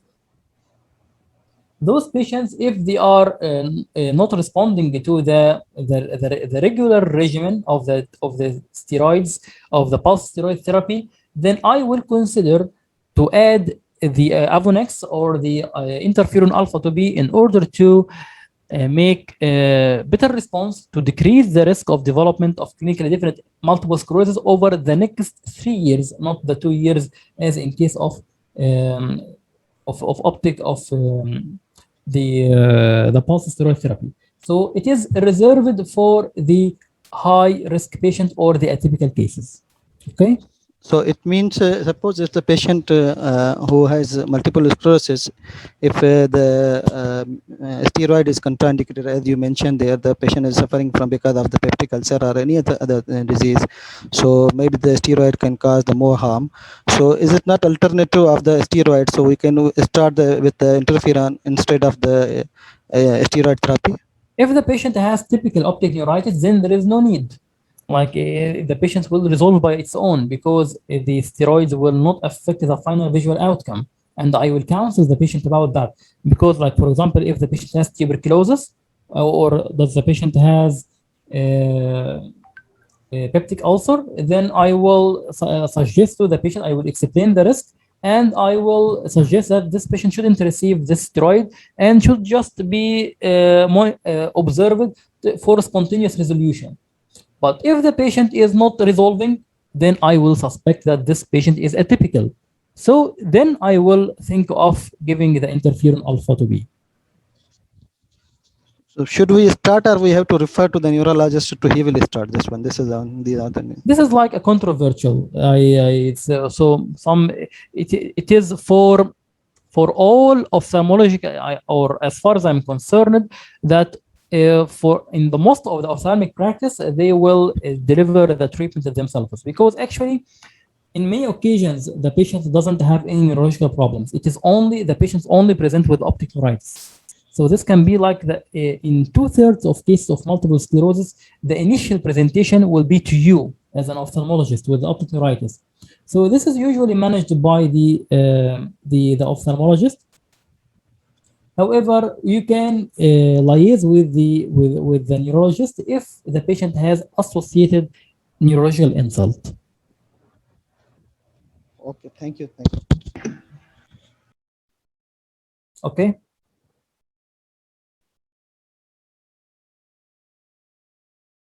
Okay, so don't forget other differentials. Don't forget what are the other differential diagnoses. Just a simple word for each one of them.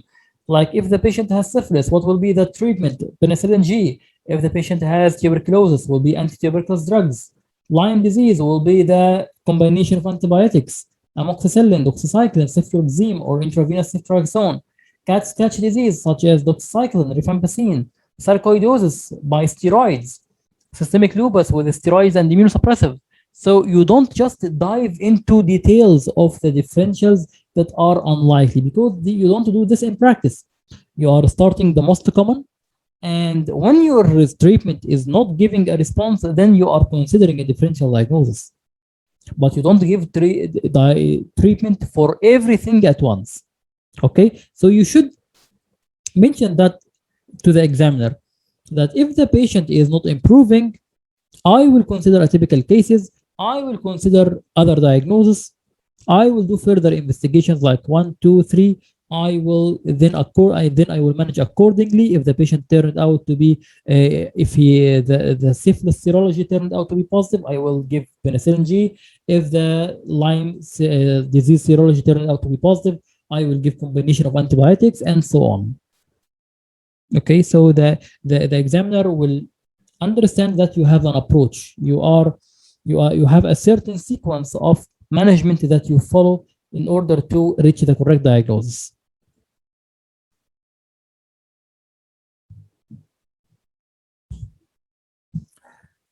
Okay, so this is for the optic neuritis. Let's move to the next. This is let me show you the actual case that appeared in the FRCS problem-solving exam. So can anyone answer, or can please read and let me know what is your answer?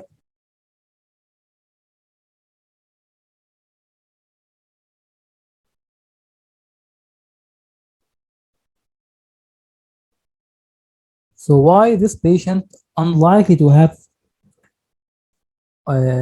typical optic neuritis?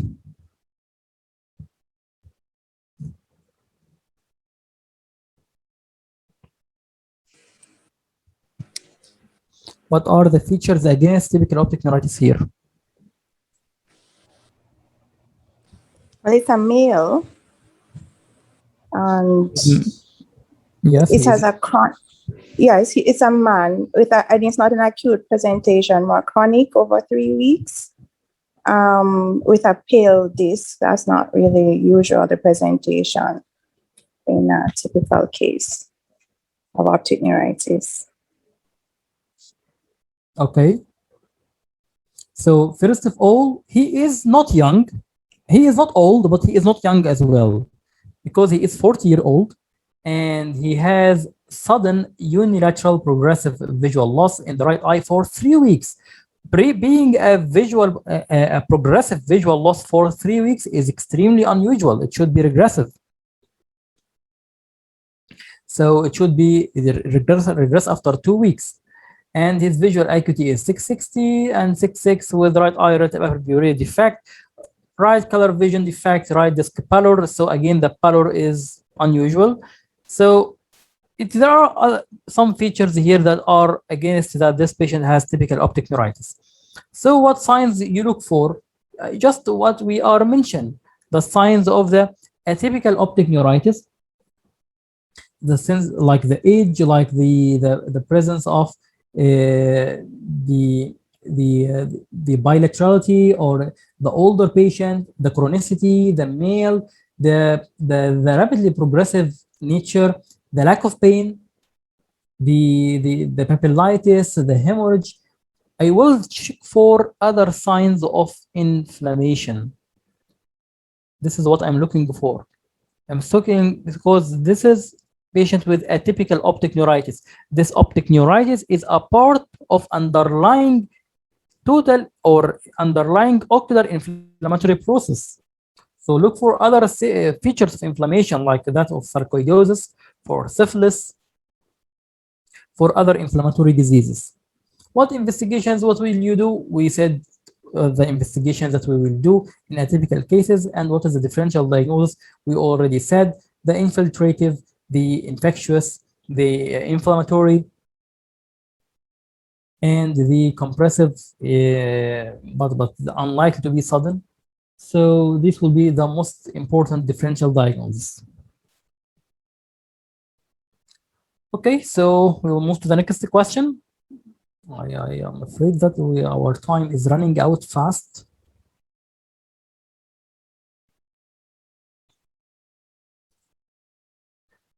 Okay, so we have a 75-year-old reports intermittent double vision for the past week, followed by sudden loss of vision in the right eye 2 weeks ago. He takes medication for polymyalgia rheumatica, but he stopped the treatment 2 weeks ago. His vision in the right eye is hand motion, and there is right relative afferent pupillary defect, and right optic disc is swollen. So, what is the history you want to ask to help you to reach a diagnosis? What do you think? What is the important history for a patient with an old patient with sudden loss of vision and optic disc swelling with relative afferent pupillary defect?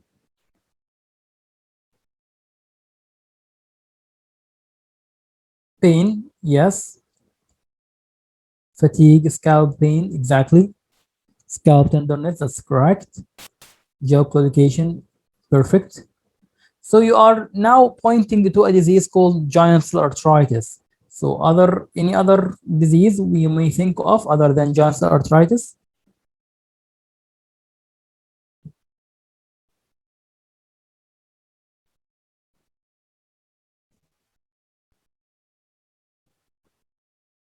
So I agree with you that this patient has ischemic element of ischemia.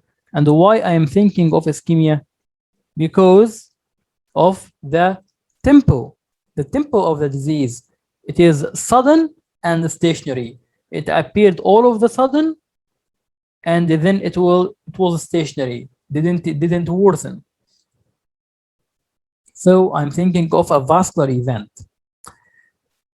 So ischemic can be in the category of two diseases like arthritic ischemic optic neuropathy and non-arthritic ischemic optic neuropathy. Also, since we are talking about a sudden event, we are thinking of central retinal artery occlusion.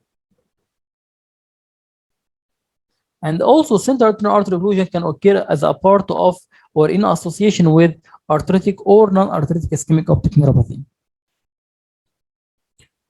So this also can cause him the loss of vision and can be present also with sudden onset. So what history you need to reach a diagnosis? So I just in the exam they don't brought you pictures, but I just brought you pictures because first I love pictures. I don't like the slides that with all text, but unfortunately I am obliged to do that because the exam is written. So we have to fill the slides with text. But so I just try to bring you some images that will make the text easy for you. So what we have here, we have a disc swelling, we have a blurred margin, there is obliteration of the cup. This disc swelling is pale or pallid disc swelling. And what is that?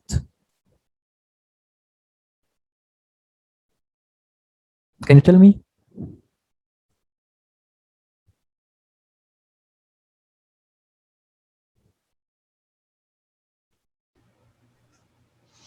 What is this pale area?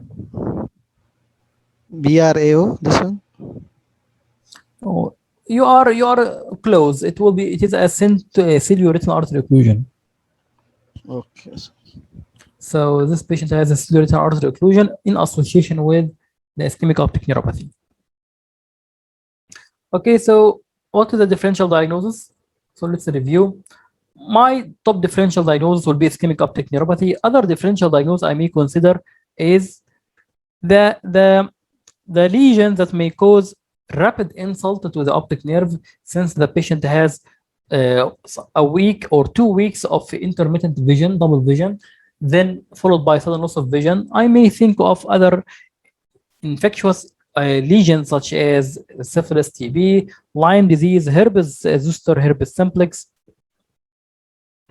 inflammatory optic neuritis such as sarcoidosis, infiltrative optic neuropathy such as malignant tumors. So I should take history. I should analyze the complaint. Know that was stationary and it was all of a sudden. And then I should compare between the most important differential diagnosis here, which is arthritic ischemic optic neuropathy and non-arthritic ischemic optic neuropathy. So how can we differentiate between both of them? The age of arthritic tend to be more large or more old, and tend to be more severe visual affection and tend to be more bilateral.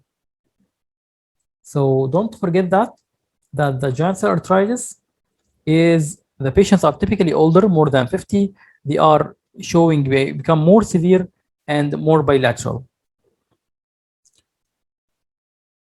And there are the general manifestations of anterior ischemic optic neuropathy, such as scalp tenderness, jaw claudication, symptoms of polymyalgia rheumatica. Polymyalgia rheumatica can be associated with anterior ischemic optic neuropathy, or it can precipitate anterior ischemic optic neuropathy if the patient stopped the steroid treatment. There could be weight loss, fever, anorexia, as well as neck pain, eye pain, diplopia, joint pain, and hysterophania. What else? What are the manifestations of non-arthritic ischemic optic neuropathy? The vasculopathic risk factor, we should inquire about them in the history. Like ask the patient if he has diabetes, hypertension, or ischemic heart disease, or ischemic optic, or hypercholesterolemia, or smoking.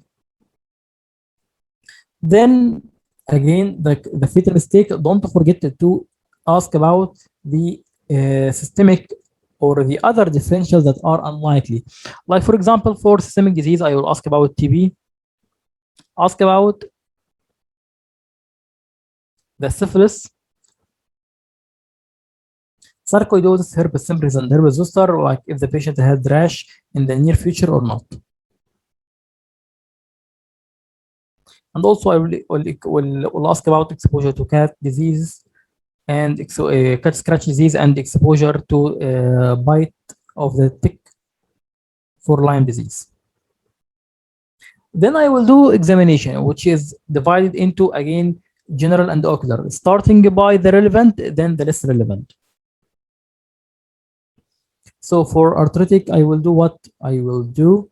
Temporal artery biopsy, this is the general, but in order, it should be done after ESR and C-reactive protein.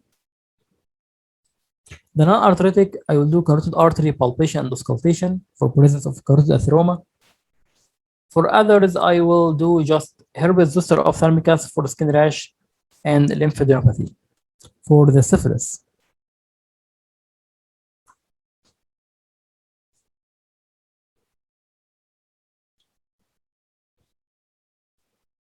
so ocular manifestations or ocular examination, starting by the visual acuity, corrected and uncorrected. Extraocular muscle motility exam will show ocular cranial nerve palsy. This can happen for arthritic or non-arthritic or syphilitic or herpes zoster. But do you expect that this patient has diplopia? Yes or no? Let me show you the. Does this patient has diplopia?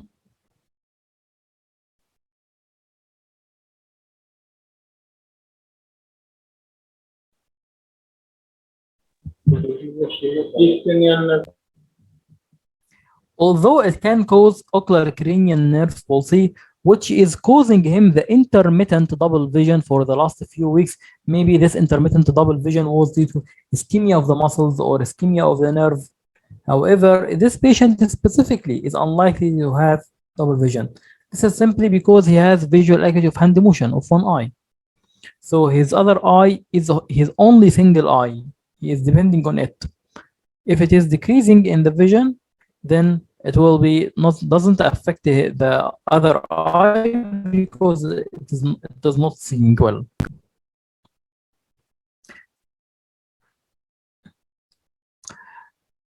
So we check for proptosis for anterior orbital lesions infiltrating the orbit. If the patient has proptosis, then we should examine this by Hertel's exophthalmometer. Reduce the color vision, assess the optic nerve function by reduce the color vision, contrast sensitivity, light brightness appreciation, pupillary light reflex, and direct and indirect, and the swinging flashlight for relative and temporary defect. The intraocular pressure could be high, sometimes in herpetic uveitis. And if the patient has uveitis, which is causing the optic swelling, it will cause keratotic precipitates, iris atrophy, spiral or sectorial, iris nodules in sarcoidosis, and posterior segment. Finally, the fundus examination. How does it look like? If it's arthritic ischemic optic neuropathy, it will be chalky white. It's very, very white. And it will show diffuse swelling. And this word is very important. The swelling is diffuse. And there will be other manifestations like cotton spots, hemorrhage, central retinal artery occlusion, branch retinal artery occlusion, ciliary retinal artery occlusion. And the non-arthritic ischemic optic neuropathy will be, and instead of being large disc with chalky white, it will be appear as a small disc, which is called the disc at risk. It's a small disc, and it will be show sectorial swelling and branch retinal artery occlusion or branch retinal vein occlusion, or sorry, branch retinal artery occlusion, or the central retinal artery occlusion.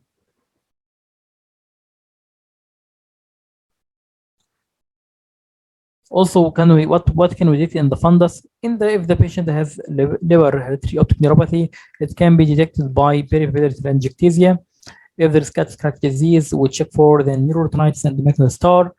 If there is sarcoidosis, we'll check for the panuveitis, periphlebitis, Candilox dripping, and choroidal granuloma. And finally, if there is syphilis, we check for the syphilis. And if there is syphilis, we check for the panuveitis and vasculitis. For the investigations, again, we start by the most relevant, which is the ischemic optic neuropathy. For the arthritic, again, should I do visual field? Visual field, it is unlikely to be useful for patients who have visual acuity of less than 160. And this patient has visual acuity of hand motion. So no rule for the visual field here. But if they brought you another scenario with vision more than 160, just start with the visual field. So what will visual field will show us? It will show us the altitudinal visual field effect. This is the most common. It can cause other field effects, but this is the most common.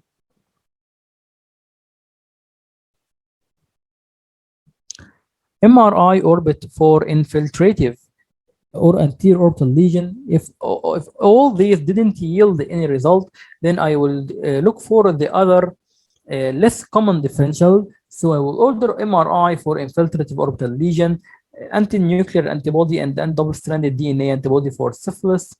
Sorry, for systemic lupus.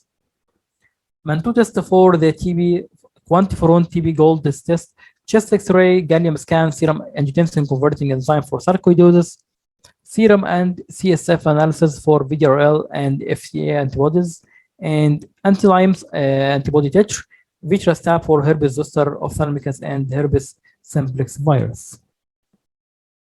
So this is all what we need to know about the ischemic optic neuropathy.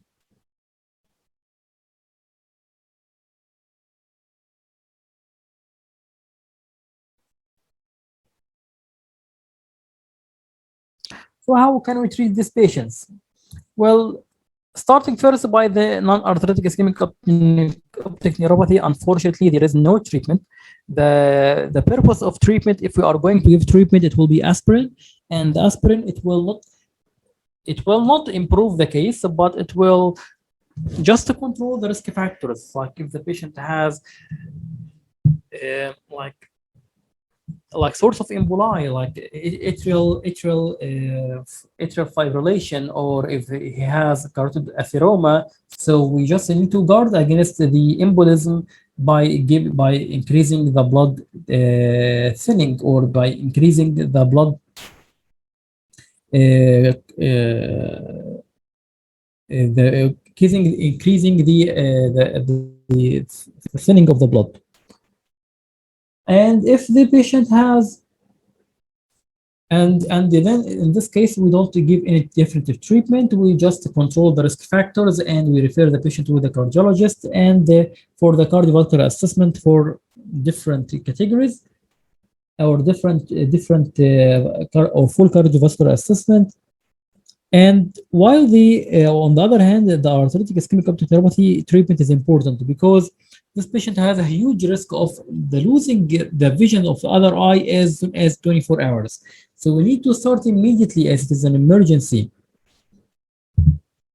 And again, the purpose of the treatment is to prevent other eye affection, not to improve the vision in this eye. Treatment will be the same pulse steroid therapy in the thyroid eye in the multiple sclerosis, but it is with just more prolonged regimen. So we give 1 gram per day for 3 days, then followed by maximum dose of 60 to 80 milligram per day for 1 month. Then we taper gradually by 5 milligram per week using the patient's symptoms and ESR as a guide. So if the patient's symptoms are improving and the ESR is improving, then we can continue the patient on a maintenance dose, very minimal dose like 10 or 15 milligram for up to 2 years. So this should be done before or after the temporal artery biopsy. The treatment, should it be done before or after the temporal artery? Should we wait for the result of temporal artery biopsy? No, we can start Yes, we can start as long as the symptoms of the patient and the ESR and C-reactive protein are high. So all and the clinical symptoms are correlated to giant cell arthritis. We should refer this patient to internist for steroid workup, rheumatologist for giant cell arthritis and polymyalgia rheumatica, and follow up for central retinal artery occlusion like neovascular glaucoma. And also central retinal artery occlusion can occur in both conditions. And one of the most missed things that we don't follow those patients with central retinal artery occlusion. Those patients have minimal risk, maybe 3% of having neovascular glaucoma. And what is worse than a blind eye, it is a blind and painful eye. So we don't want this patient to be blind by the or has a blind painful eye from the neovascular glaucoma. Just follow up each year for the development for intraocular pressure to guard against the ischemia that will cause neovascular glaucoma.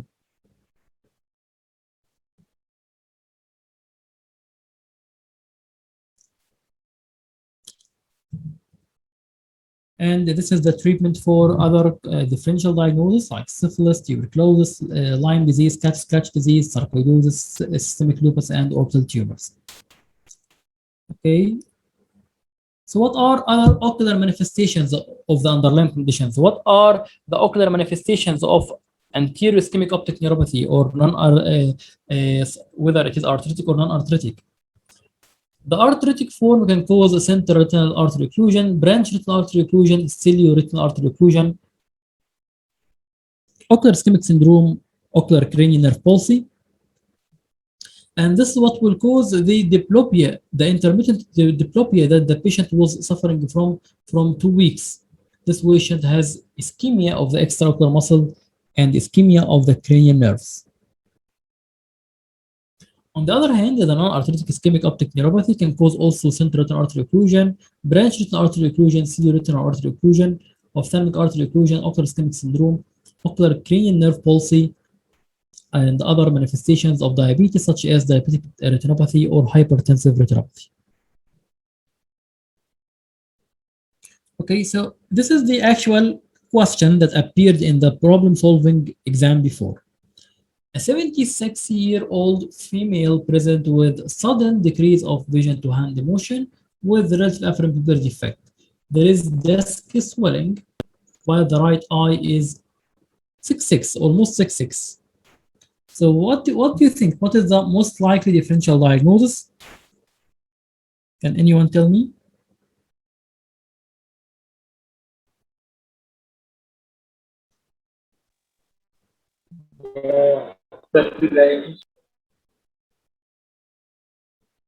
I didn't hear that.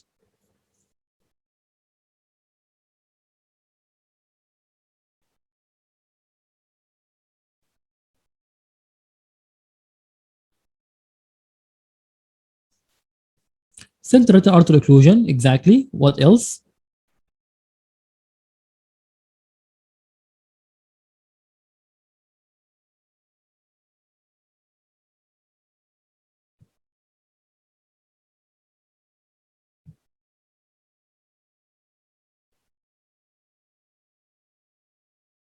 Exactly, it will be the same, like center retinal artery occlusion, ion.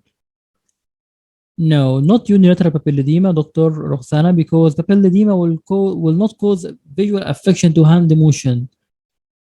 Like if the patient is now presenting to me with sudden loss of vision, then it will be unlikely that it will be a papilledema, because papilledema will not cause a sudden loss of vision.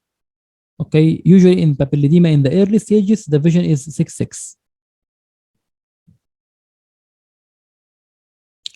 Joint arthritis, central artery occlusion doesn't cause disc swelling. It can sometimes, like I don't want that it will central artery occlusion to be the first differential diagnosis, but it will cause like glyos of the optic disc rather than a swelling. But an impending central retinal vein occlusion can cause disc swelling. However, it is also unlikely that this central retinal vein occlusion will cause a vision of hand motion. I saw some cases of central retinal vein occlusion with a vision of 6/9 or 6/12. When the central retinal vein occlusion will cause this marked loss of vision when the ischemia develops. Even in the early stages with macular edema, it doesn't decrease to hand motion. But if the ischemia is developing, then the vision will be deteriorating rapidly. And this also doesn't happen all of the sudden, doesn't happen once. It takes time to happen.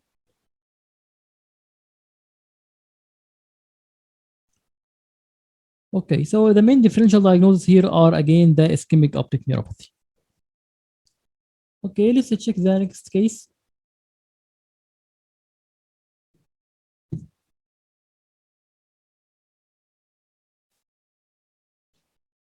A 50-year-old woman had a progressive visual loss over the 2 years in her right eye. Her vision is 6/12, so the vision is not very affected. And she has a relative afferent pupillary defect. And also she has inferior visual field defect. The other eye is normal. The optic nerve is pale, and there is collaterals. There is retinocoroidal venous collaterals on the optic nerve. So what is the differential diagnosis of this case?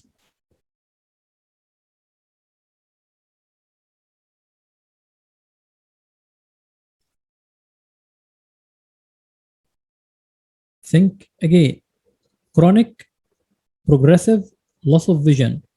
Will the lesion will be vascular or inflammation or infection or compression or infiltration or autoimmune? Yes, the most important, the compression and the infiltration, because this process takes some time. So the patients can be having a tumor and this tumor is expanding, especially if it is benign, and taking the time to expand, compressing over the optic nerve, causing the relative afferent pupillary effect, causing the visual field effect, causing the mild decrease of vision because the central papillomacular bundle is still not affected. And there is collaterals. So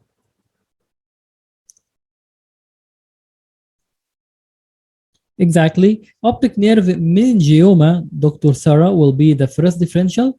Optic nerve glioma will be less common, only in 7 to 10% of cases, and it is of a glioblastoma form rather than glioma, because glioma is a tumor of children.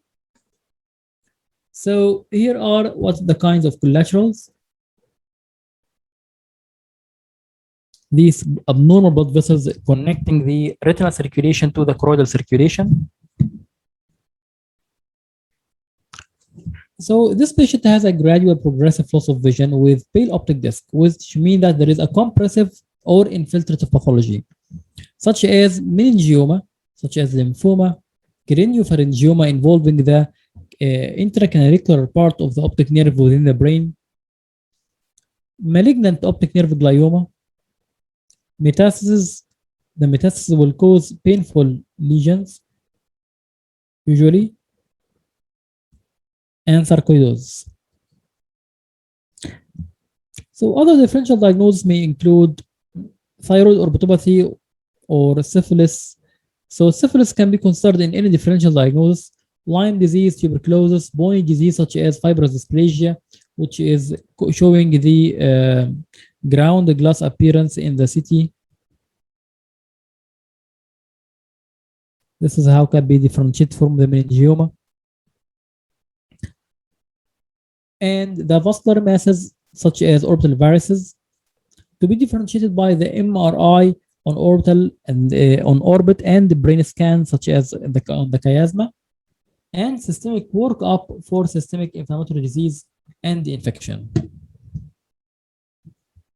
So this is how can we think of a differential diagnosis for this condition.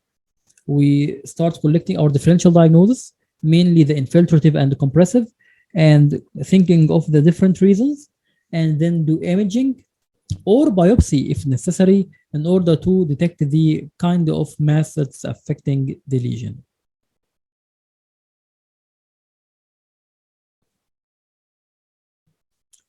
For the history, we start by analysis of the complaint, onset, course, duration. We know that it is gradually progressive lesion causing compression of the optic nerve, so that we think of it as a compression or infiltration. If a patient has metastasis, think of that this patient, or if the patient has pain, think of metastasis. If the patient has endocrinal disturbance, think of that this patient could have endocrinal anomalies or endocrinal secreting tumors. If the patient has a history of high intracranial pressure, like what are the manifestations of high intracranial pressure? Like if the patient has headache, this headache is more in the morning, is not relieved by analgesics, not relieved by, it is relieved by vomiting, and this headache is severe. Or if the patient has vomiting, this vomiting is projectile vomiting that is not preceded by meals. Or if the patient has diplopia due to sixth nerve palsy, or if the patient has transient loss of vision, transient attacks of loss of consciousness, this also can denote that this patient has some sort of increased intracranial pressure. Thyroid systemic manifestations for thyroid orbitopathy, like the presence of red retraction, presence of the restrictive myopathy, the presence of general systemic manifestations of thyroid, like high pulse pressure, like sleep tachycardia or night tachycardia, like a loss of weight despite good appetite, like also diarrhea, the peritibial eczema. A lot of manifestations of thyroid disease you already know. Chest manifestations such as sarcoidosis and tuberculosis, insect bite such as Lyme disease. Examination will start by visual acuity corrected and uncorrected, assessment of proptosis using the Hertel if there is proptosis, extraocular muscle motility exam to ocular cranial palsy, restriction of movement and the gaze, and gaze evokemorosis, which is like loss of vision at certain gaze, which occurs happened and more frequent with patients with meningioma. Reduced color vision, contrast sensitivity, light brightness appreciation as any decreased vision, decreased visual function. Light reflex either direct and indirect with the swinging flashlight reflex for relative aperture defect. Anterior segment and the interocular pressure are usually normal, unless if there is inflammation. And posterior segment may show chronic phase disc edema and optociliary shunt. So this patient has a lesion that caused optociliary shunts. What is the lesion? We said it. The optociliary shunts occurs in chronic papilledema, chronic glaucoma, in old central vein occlusion, and chronic papilledema, chronic papilledema or meningioma. So again, chronic papilledema or chronic open angle glaucoma, central retinal vein occlusion, and meningioma. So the question is asking, how will you investigate this patient? First, we need to do visual field, as the visual field is important to document the visual field effect and to monitor the progression. And we do neuro imaging for the orbit. In the orbit, the MRI with contrast will show that the lesion has a tram track appearance. So basically, the compressive lesions, the most rewarding in the workup is the investigation. So don't expect that you will find much clear data or much revealing data from the examination. You just go to the investigations all the way. So the visual field can detect the visual field effect, and the question is already saying that the patient has inferior visual field effect. This is from the compression of the tumor compressing the optic nerve, and the MRI with contrast can show you the tram track appearance. Here it is. The tram track appearance, or the tram track appearance, is characteristic for the optic nerve meningioma, but it doesn't mean that the lady or the has or the CT is the only investigation of a choice, but the MRI will be the investigation of a choice, because the tram track is not the only kind or not only feature of the meningioma. It can be also globular, so the optic nerve can be globular, or it can be fusiform, so not only the tram track. Okay, we need also to do the MRI brain with contrast for craniopharyngioma and other intracranial tumors. How do work up for systemic? Like we did imaging, but this patient could have any other tumor, so we do thyroid function test, the 3 to 4 TSH, CBC for lymphoma,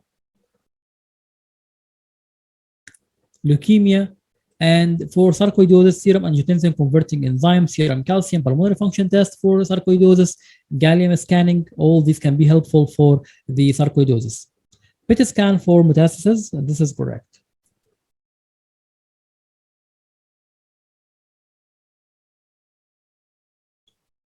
So how will you treat this patient?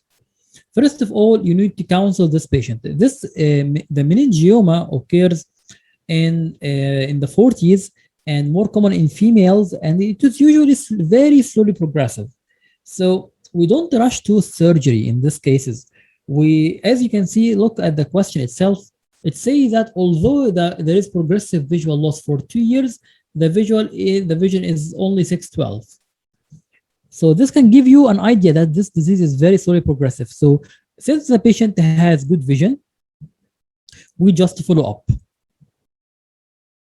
So follow up is the rule if it is the conservative. Do you remember that when I told you that be conservative as much as possible? If your interference will cause more harm than what it will fix. If you are just going to resect this tumor, it will end up by a blind patient. It will cut the optic nerve. So we don't rush to the surgery. We explain the patient that this can sometimes be difficult for patients to understand that you have a tumor and we are going to leave it. But you have to explain that to a patient that we are going to leave it.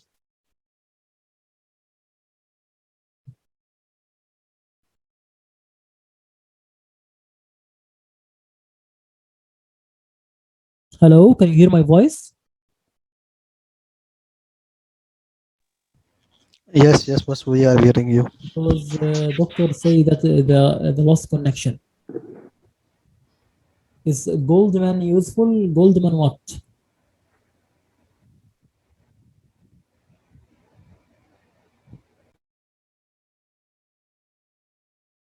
Yes, of course, it will be very useful. And why shouldn't it be useful? You see the Goldman, the kinetic perimetry. Well, we are now in the era of the automated perimetry, in the static perimetry. So it will be better in mostly it will be better than the Goldman. Okay.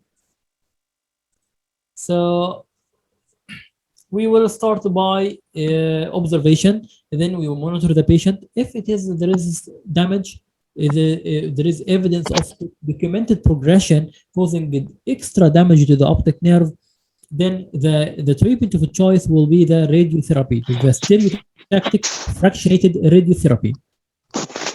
This will be the gold standard for management of meningiomas. However, this is not without consequences.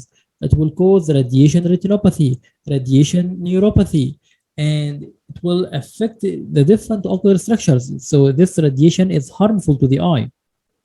But unfortunately, we don't have any other choice because surgery will be harmful.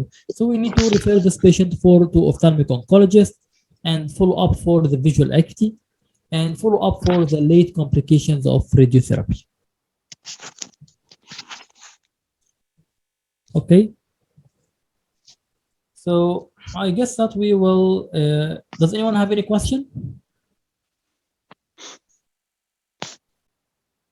So far?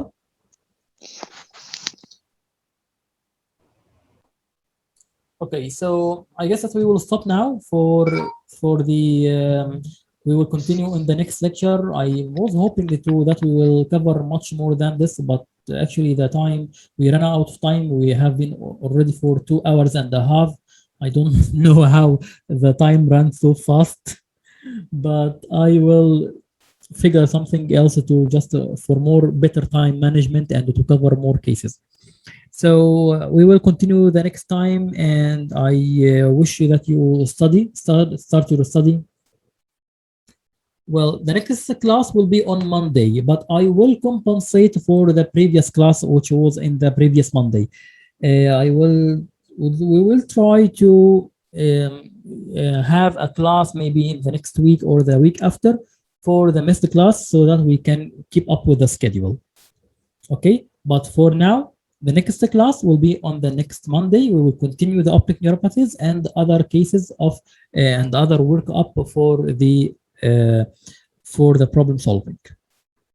And then after the next class, you will be we will just give you the homework that I will told you about so that you can solve. And after we will be already finished with the neuro-ophthalmology, so you can just solve and answer in the group. Thank you for your attendance and for your participation. I know that it was, yes, the recorded lecture will be available at the mobile application, as I told you earlier. So you just give it 24 hours to be uploaded in the mobile application, and you can check it at your account. Thanks a lot, and I will see you the next session. Good night.